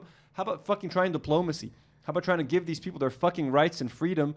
Then Hamas is not going to fire fucking rockets at you from nowhere, from a building, from a fucking... They're not doing it from hospitals and schools, but if they were, they wouldn't need to. That's the only solution. Stop fucking dancing around it. And, well, if you bomb them here, you can minimize civilian casualties, but if you bomb them like this, then there's... Stop it with the fucking bombing! None of it works! Fucking diplomacy, motherfuckers. That's the solution. Don't bomb the school if there's something underneath there. Don't bomb it. Find an alternate, bro. There's just so far. It's crazy that we have to fucking say it like that. To torture people that they suspected of collaboration. So, and even when the IDF raided Al-Shifa, it took them like a couple of weeks to quote unquote secure the hospital. I doubt they were spending 2 weeks just like fighting through patients. You know, like there's obviously Hamas presence. It's fucking military. It's fucking crazy. It's fucking infested with soldiers. They were fucking the Call of Duty in Al-Shifa's basements. The human shields argument never made sense, especially like if we're 14 months into the genocide, you really think Hamas would still be using human shields? It hasn't worked for the first 14 months because Israel doesn't care that there are human shields because they'll kill the human shield. So why would they keep using human shield? Doesn't make sense. No logic at all behind it. You hate Arabs and you want us all to die. That's what it is. فكل خرا وموت. Bro, same thing happened when Iran attacked Israel. The Mossad headquarters was in the middle of Tel Aviv, and they were like, oh my God, they're attacking Tel Aviv. Like, the Mossad is in between all of these civilians. It's as if Israel's using human shields. Like, bro, every crowded city where there's like anything, there's going to be people around. You know what I mean? Like, the human shields argument doesn't fucking work. Also, Gaza is very small. It's like 25 kilometers by 7 kilometers. Like, yeah, they're going to build tunnels. Fucking idiot. And we have a clip of Olivia. Olivia tried to get in on it too. Now, her question, she got a little bit confused while asking the question, but I mean, Olivia, we know what you tried to say, and we love you nonetheless. Please, yeah. So, obviously, violent resistance is like not the optimal option, but when people are not being given aid and they're being killed, how do you propose peaceful resistance when they don't have resources to do anything at all right now? I'm guessing you're talking pre-October 7th, is that right? No, I'm talking post-October 7th. Like, what do people propose is done right now? Because it's been a year. Like, how can resistance be shown? Or like, what else can people do to get this? Because you were saying, like, people talk about it a lot. Like, the play is talked about enough. But, like, when is it not talked about enough to when, like, all of these people are still dying? Like, when is enough? I don't think people should stop talking about it. I guess it's just, when you're saying what kind of peaceful resistance, are you talking about people in the West, or are you talking about people in West Bank or Gaza? I'm not sure the question was. She's saying that what other option? Well, it's going to happen, basically, if I'm understanding you correctly. Yeah. Like, how do we move Obviously, it forward? shouldn't, It but- shouldn't happen. We don't condone of it, but what? And especially if you want to send aid there and people are scared that the aid will go to Hamas, which is, I understand, obviously, like there is a threat there. But if you fear that it'll be going to the terrorists, what do you do to supply aid to the innocent civilians who have been dying and are dying? As far as I know, with international law at least, like if you're the occupying power, you have to make sure that aid can get in. I think the American government, I don't know if you know, recently there was like a measure that was taken in October for 2 weeks where Israel basically, the IDF, I think without getting approval from Central Command, basically decided that they were going to surround the north of Gaza. And to do that operation, they weren't going to let anything in. Okay? So they did that for about 2 weeks. And then I think that was when Kamala Harris came out and said, okay, you've got 30 days to fix this. Yeah, he's going to go ahead and pretend that 30-day thing actually did something. No one did anything after that 30 days. They literally talked about it like, yeah, you have 30 days to let aid in. No aid has been going in. There's fucking famine. Finally, the final clip from this episode. Sorry that this is taking a bit of time. Ethan doubles down on the Yoav Galan clip. The Yoav Galan clip that I clipped, folks, the legendary Yoav Galan clip that got Ela off the podcast. Again, AB, you better unfollow me on Twitter, man. This is not going to be good for you. But that's kind of what Gallant was saying, to go back to this really silly controversy, in my opinion, is that the military objectives are done, and he doesn't understand why the IDF needs to be there any longer, and he wanted to withdraw the military, which seemed like a good voice to have on the cabinet. And then, Netanyahu fired him. So it's, Yeah, but he's kind of a fucking nutty in his own right. Yeah. I never said anything about his character. Yeah, no, I get it. I mean, I said, it's so funny how people push it. I said he's a moderating voice on the cabinet. And then people say, oh, Ethan said he's a moderate. It's like, that's totally fucking different. But and I think this is so stupid because, like, I'm trying to have a productive conversation about this, and it just turns into like, oh, Ethan defended Yoav Galant, or I don't know, stupid. It's not really worth it. At the end of the day, there's not really because I had these problems as well, but it's not really worth getting hung up on because, Gallant did say that pretty horrible thing at the beginning about no food, no aid, like human animals, whatever. Yeah, like, you don't need to like him. At the end of the day, like everyone in the entire history of Israel Palestine has done horrible shit. Everyone said and done horrible shit. Everyone, like any Palestinian leader that you like, look into their past. This is awful. It's killing me. You know that Israel is evil. You know that they are occupying power in Gaza. You know that they're not letting aid in. You know that they're killing civilians indiscriminately. Why are you sitting here defending them? Why is this the hill you want to die on when you know that it's an occupation that is murdering civilians? It's been 14 months of genocide. Why are you sitting here and spending all this time supporting it and like doing PR for it who's paying you? Like, it doesn't make sense The at grift, all. monetization on YouTube, you know what I mean? Just make some money. So this is actually, so we've just given credit to AB, Lena, and Olivia for standing up to LonerBox and Ethan and stuff. Well, Zach, the sound lad, the guy who's he plays all the sound bites and stuff. So he actually liked this post on Instagram, which is pretty problematic. So awkward vibes on the H3 podcast. Now, this is Noah Tishby. She's like an actress. I don't know. She's like this Israeli influencer. She just goes to Israel and makes all these propaganda Israel videos. This is what she posted. And this is a post that Zach liked on Instagram. Just keep in mind. She said, on October 7th, Hamas attacked Israel with unspeakable terror, murdering over 1,200, burning families alive, R-wording young women, and abducting 240 people. Today, 101 hostages remain in Gaza. By the way, that's Netanyahu's fault, you dumb bitch. Israel is doing everything in its power to bring those hostages home. No, it's not. While also taking extraordinary precautions to limit civilian harm. No, they're not. No, they're not. Hamas, on the other hand, shamelessly hides behind its own people in schools, hospitals, and shelters, using them as human shields. Oh, the same fucking... Aren't you guys fucking sick of this shit? Israel is fighting for survival, for the safety of its citizens, and for the return of its hostages. The ICC's decision to target Israel's leaders ignores real war crimes and punishes the victims. This isn't justice, it's hypocrisy that emboldens terrorists and betrays the values the ICC claims to uphold. And then scroll down, liked by Z Vinyl, the sound lad on the H3 podcast, folks. That is pretty disgusting. I tried to stay out of the crew because, like, the crew doesn't have much to do with this. You know, this is Ethan and Ela's show. But that's kind of disgusting.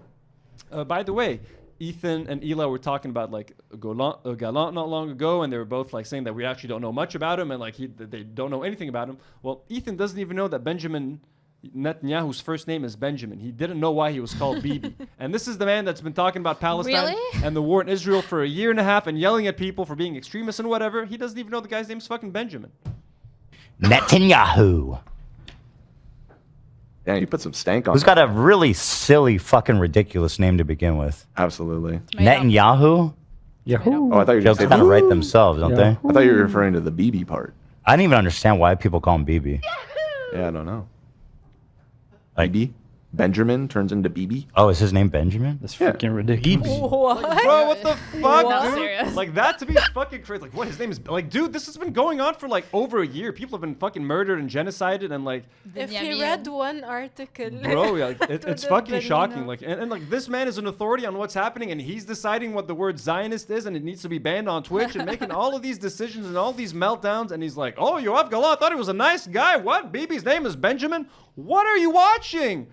What's Israeli media doing, bro? What the fuck? Jesus fucking Christ, man. Like, seriously, Ethan, what the fuck? If you're going to talk about this, at least know the fucking basics, bro. The name of the fucking BB, man. Jesus. Anyways, a couple more things, then we're done with H3. I'm sorry. The Try Guys. You guys know the Try Guys. Very popular on YouTube, etc. They helped Hassan, Frogan, Capri, and Raf, and like the Arabs do a fundraiser for Palestine. They raise a lot of money together, etc. And the Try Guys were talking about Ethan on a recent clip on their podcast, saying how he's been inviting them on their podcast and if they should go or not. So let's see what they had to say about Ethan. And this is what Ethan wrote, by the way. Let's watch the clip first, and then we'll read it. Yeah. More specifically, I think that's a great point. But like, should we go on it? And more specifically with Ethan, he is someone who, we're both Jewish guys. We have different views about Israel and Palestine. He has said some really wildly hateful things about Palestinian supporters.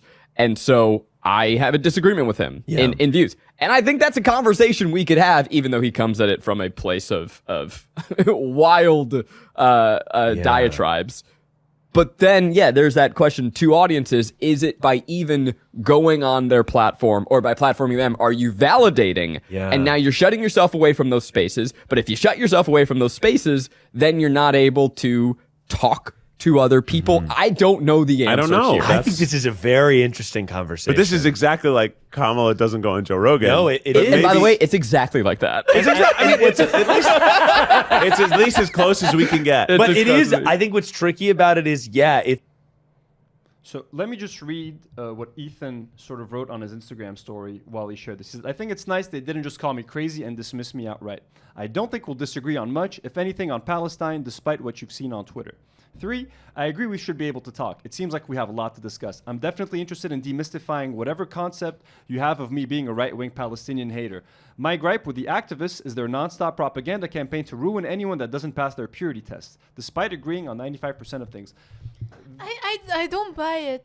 I know. And then he talked about this again on his podcast, and he mentioned Frogan again, and he's like, Frogan's horrible, and like she's an objectively horrible person, and then AB had to be like, Ethan, like Frogan and them like worked together on the Palestinian fundraiser. He was like, well, then they should come over here and hear how horrible she is. It's like, Ethan, no one's going to come on your show if you're going to berate them about their friends and like tell them how horrible, like everyone has agreed that Frogan is not a horrible person. She's not an anti-Semite. Stop trying to make that a point because no one's going to come on your show, bro. The Try Guys are not going to want to come talk shit about someone they helped raise money for Palestine with. They're just not going to do that. So change your approach because this ain't fucking working, my man. I just want to talk about that.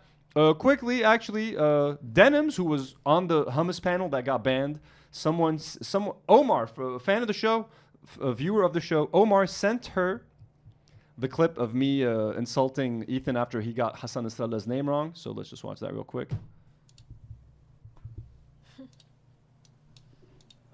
Hassan Nasrallah. He doesn't deserve me saying his name fully. He doesn't have. Hassan Nasrallah فشل على رقبتك يا اخوك انت ومر صهيونية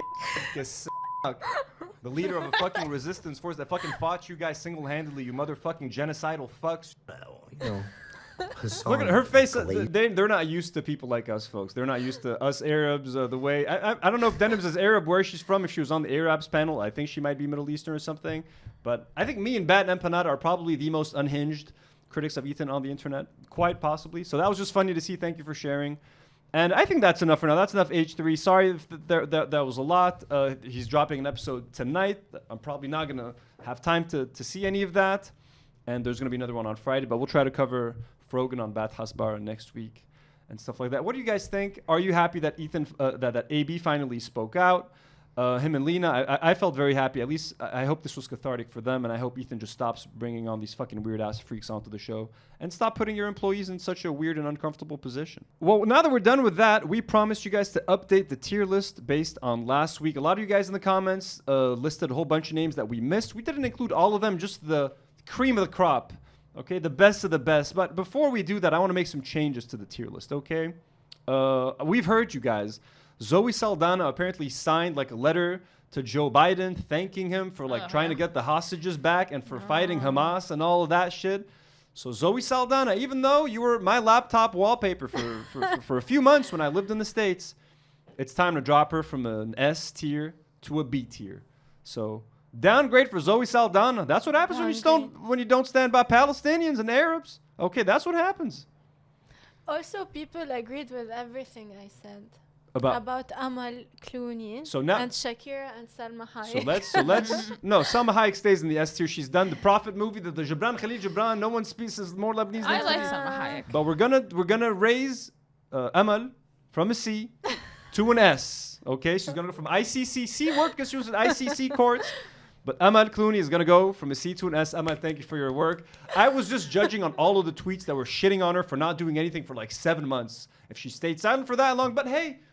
The ICC thing, that's it. Based on her work. I'm gonna give her credit. Salma Hayek is staying where she is, and Keanu Reeves stays where the fuck he is. And I'm late on Cyberpunk, but I'm playing Cyberpunk still. And Keanu Reeves is a big part of that game, and he ain't going nowhere. Anyways, new names: Serj Tankian, the lead singer or one of the lead singers from System of a Down, one of the greatest rock bands in the world. S. Also a huge Obviously, humanitarian when the war was happening between Armenia and who? Azerbaijan. He was very, very outspoken. They released their first song in like years together, all that sort of thing. S, pretty obvious S, right? I think someone from System of a Down was complaining that like, why are you all so into Palestine, but no one was into the Armenian war or genocide? We'll let that slide. They were angry. They're hot-blooded. You know, Armenians, they're like Lebanese. We have a huge Armenian community in Lebanon. We love them. Like, Armenians are a huge part of Lebanon. I have a lot of Armenians. He was raised in Lebanon. I have a lot of Armenian friends. I think a lot of System of a Down were born here, right? Like, it's not just him. Might have been like a couple of them. They lived in like Burj Hamoud or something. I think 2 of them. Two of them. Him and someone else. Serj Tankian is going to represent all of System of a Down. S tier. We love him. We love System of a Down. Who's next? Who's that person? The lady? Jenna Diwan. Diwan. Where is she? What show is she on? What has she done? She's famous for like random movies.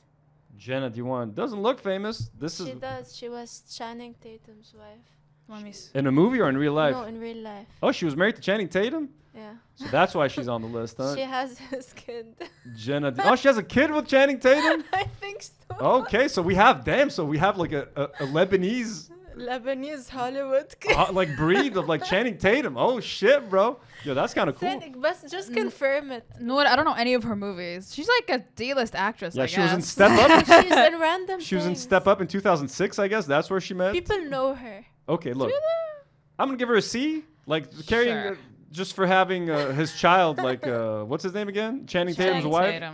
Did you confirm it, Bess? Hold on. They divorced in 2019, but she was married to Channing Tatum. Okay. So yeah, hey, let's go.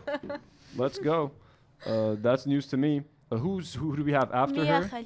Mia Khalifa. Now Mia Khalifa, extremely outspoken when it comes to the war in Gaza and Lebanon. She tweeted a lot of controversial things. People love her, people hate her.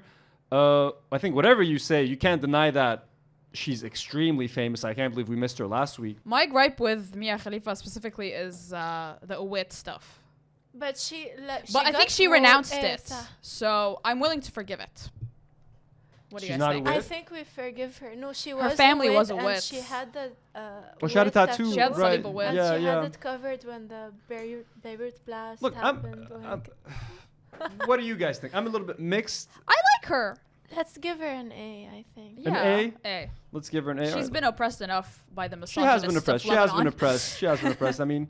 Gloria Estefan. Gloria Estefan. Wait, her maternal grandfather is Lebanese. Okay, so Gloria Estefan is like Paul Anka. This is the grandparents watching the show are going to recognize Gloria Estefan. Look, she was pretty famous back in the day. Let's give her. No, she's no. Let's give her a B. Supposedly an icon. Her grandfather, you said, was Lebanese. Yeah, like, Hardly counts, but good okay, enough. yeah. Good enough. She's ours. You know what I mean? Hey, look, Keanu Reeves was just born in Beirut, and he's ours. B. Gloria Estefan gets a B. Who's that old man right here? That's Casey Awesome. He's the voice of Shaggy from Scooby-Doo. Oh, the voice from and Shaggy. he had Lebanese parents. Let's go, Casey. Okay, wait, I lost. Let me open the document again. So he's A, right? Like Shaggy. Who's Raggy? Oh, that's Scooby-Doo. Hey, Scoobs. I don't know how to do That was voice. a Raggy. That sounded like Yoda a little bit, but like, hey, let's go with it. So yeah, so his name is what? Casey Kasem. Awesome. Casey Awesome, voice of Shaggy from Scooby-Doo. Casey Awesome. That's fucking all right. A, right? Yeah. Who doesn't love Scooby-Doo? Who doesn't love Shaggy and Scooby are the most iconic two. Stoners, stoning. Dude, I don't know how old I was until I figured out that they were like Scooby snacks. They were smoking weed. And even that 70s show, it was like maybe 6 years ago that I found out that when they like were sitting in a circle that there was like smoking weed. I was so young when I didn't know what the fuck they were doing. I was a child. You just told me. Yeah, that 70s show, they were smoking weed when they were sitting in a circle. Like that's what they're doing. They're getting high in the basement. I did not know that. Raggy? Okay, anyways. So that's who's the last person on the list? Finally. Kathy Najmi. I don't know. Okay, so yeah, she's from Hocus Pocus. Kathy Najmi. She's the actress from Hocus Pocus. And Sister Act. And Sister with Act. Whoopi Ooh, Goldberg. I love Sister Act. I will follow him. Follow him wherever he may go. Just for Sister Act, yo. She gets a B. She's good. She gets a B. Hocus Pocus is a classic. They just made a second one, right? I don't think I've seen Hocus Pocus. They have 3 Hocus Pocus. They made a it's new a one. trilogy? I They thought it made was a the new second one. Well, what did you guys decide? I don't fuck. I love Sister We Act. have to give her an A. I mean, and it was pretty iconic. Sister Act is pretty. Let's give her an A. Hocus Pocus is iconic. Let's no? give her an A. I've not seen it, so yeah, it is pretty iconic, but I don't care. Let's give her an A. Hopefully, we went through all the comments. Did we miss any? Someone mentioned the producer, Karim Zade, the producer of Daredevil on Netflix. He's not a celebrity, but like, hey, I love the Netflix Daredevil show. So I think Fabien mentioned that in the comments. Good one, but not famous enough to be here. But someone mentioned the founder of St. Jude Hospital for Children. Oh, that's pretty cool. Yeah, that is a Lebanese thing. I know that. But like, yeah, they're not a celebrity. But hey, Karim Zade, if you still work for Marvel, man, I'd love to produce some TV shows with you, my man. Just for some funsies. But yeah, so that's it for the tier list. If we forgot anyone, again, you can tell us. But I think it's pretty good at this point. We've corrected some things. We've moved some things around. Good enough, you know? Before we let you guys go, we just want to react to some influencer goodness. Okay, I know you guys have been enjoying our Lebanese influencers. And we found one that doesn't need subtitles or dubs because all of his shit is in English. And I actually wanted to interview him a few weeks ago, but then the war happened and a whole bunch of shit happened. So it has been moved down on the schedule. But, you know, now there's a ceasefire. Might be time to bring over our good friend What's Up Lebanon, folks. Time to introduce you guys to What's Up Lebanon, guys. So here is the first video I want to show of his. This one's pretty fucking iconic. Check this out, folks. Wow. What's Up? He runs this page, an Instagram page called What's Up Lebanon, where he just goes to like random restaurants and just talks about them. Okay, but he's got this boyish childhood energy that we love.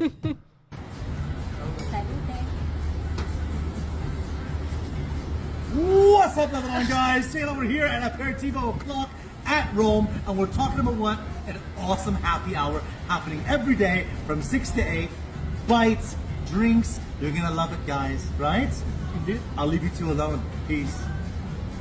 You can't even be a couple in love, you know. What's Up Lebanon is just gonna pop out right behind you. In between you guys will be like, yo, and he loves Up, Lebanon, guys? he loves saying that food is amazing before he even tastes it. His his taste buds have like a sixth sense where they just sense the food and he knows it's delicious without even trying it.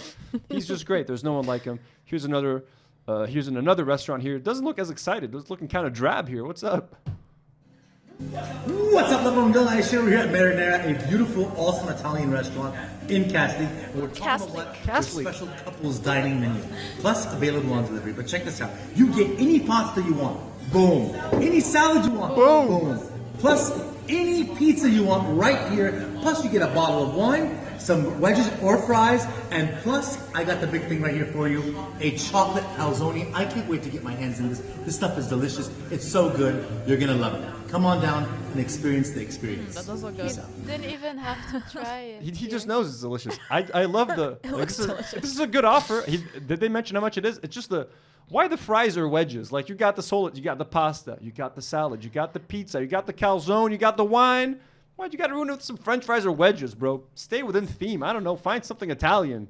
You want some fucking Italians wedges? do like French fries, to be fair. Dude, the wedges, like I don't know. It's just the one little thing. If I had one little complaint, just get rid of the get rid of the potato wedges. You know, serve something else. But we love What's Up Lebanon. It looks like he's having some hummus. He's having some hummus here. Yum. What's up, Lebanon guys? Check it out. We have to say a big thing today. Happy 81st Independence Day in Big Bad Lebanon.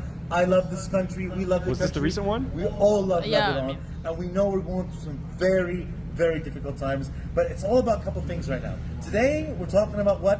Lebanon's #1 dish, which is probably hummus. You hear that, Ethan Klein? I love hummus, and hummus loves you. Now I got myself a big basal, because I love basal. I'm gonna dip in that hummus, because it's Lebanese. Anyone argue with me about that? It's something else. And we eat it. Oh, he knows. Oh, he's hitting. He knows. He's talking about the Israeli. Oh my. Dude, What's Up Lebanon fucking dropping them bombs, claiming hummus as our own dish. Ethan Klein, eat your heart out, bro. We got What's Up Lebanon's joining the fucking hummus battle. We got it. What's up, Lebanon, guys? We get Americans, Europeans. Do you want us to bring What's Up Lebanon onto the show? You already said once, yes, months ago. Our Lebanese audience wanted him here. Do you guys want him here? Because we want him here. I want to eat food with this man. I want to taste things with my taste buds without even putting it in my mouth. I want to know that it's delicious. This man's energy is infectious, folks. He's trying some kind of dessert here. Let's check it out. What's up, Lebanon? Got some honey. What's up, Lebanon guys? Check out over here at Sam's Cocktail, brand new location in Gelatine, and we're talking about what, guys? We're talking about super freshness. They've got everything going on here. We got giant mugs of avocado. Everyone loves the avocado here. It's yum. We got the ashta with the exotic fruits. We got the strawberries and cream, and of course, for those who don't feel like fruit, we got some chocolate going on. Now, I don't know about you, but I got to get into this right now. Come on down and enjoy. Peace out. بدها كوكتيل هلا. بدها cocktail shit off. Oh my God, صحتين. What's up? You got us all. Our mouths are watering for some cocktail and avocado. Yeah, What's Up Lebanon? A Lebanese legend, folks. He's an icon of social media. Finally, folks, we've been promising this video for like 2 weeks. We've just not had the time to go over it. Maestro, we've tried his juices. We've talked about his chocolates. He's got a new chocolate flavor that Nour is on the hunt to try to find us his latest chocolate bar. What is it? Cheesecake? Cheesecake. Oh my God. I love cheesecake, but I'm not excited to try Maestro's take on a cheesecake chocolate bar. Anyways, Maestro did blackface a few years ago, folks. And I think it's time we watched it. It has been subtitled. Maestro, it's very blackface with like an afro. There's no, really he can't say, I was just being tanned or something. This is straight up blackface. Okay, he's going for like an African thing here. It's been subtitled. And by the way, he's going to call this little baby Marvel. In case you guys are confused, this man named his child Marvel. Yes, like Marvel Comics, like DC Comics. It's like naming your kid Pepsi or Twix or Mars Bar or, I don't know, Apple, like a MacBook. And he has another kid with a normal name. What's the other kid called? Fadi. Fadi and Marvel. I'm mad as hell. Fadi and Marvel. That's fucking crazy. So let's watch this prank with blackface. نحن هلا خلصنا ميك اب المقلب اللي رح اعمله بفادي وبدنا نشوف ردة فعل مارفل اول ما يشوفني، فكريس فاتت تجيبه من الاوضه ورح تعطيني اياه تسلمني اياه قدام الكاميرا ونشوف شو بده يعمل اول ما يشوفني. يلا كريس برمي له وجهه اول شيء، برمي له ظهره وفوتيني اياه باري بظهره. Wait, he's giving his wife instructions, bro. هاي بابا. هاي. Is Marvel racist or not? He's a racist!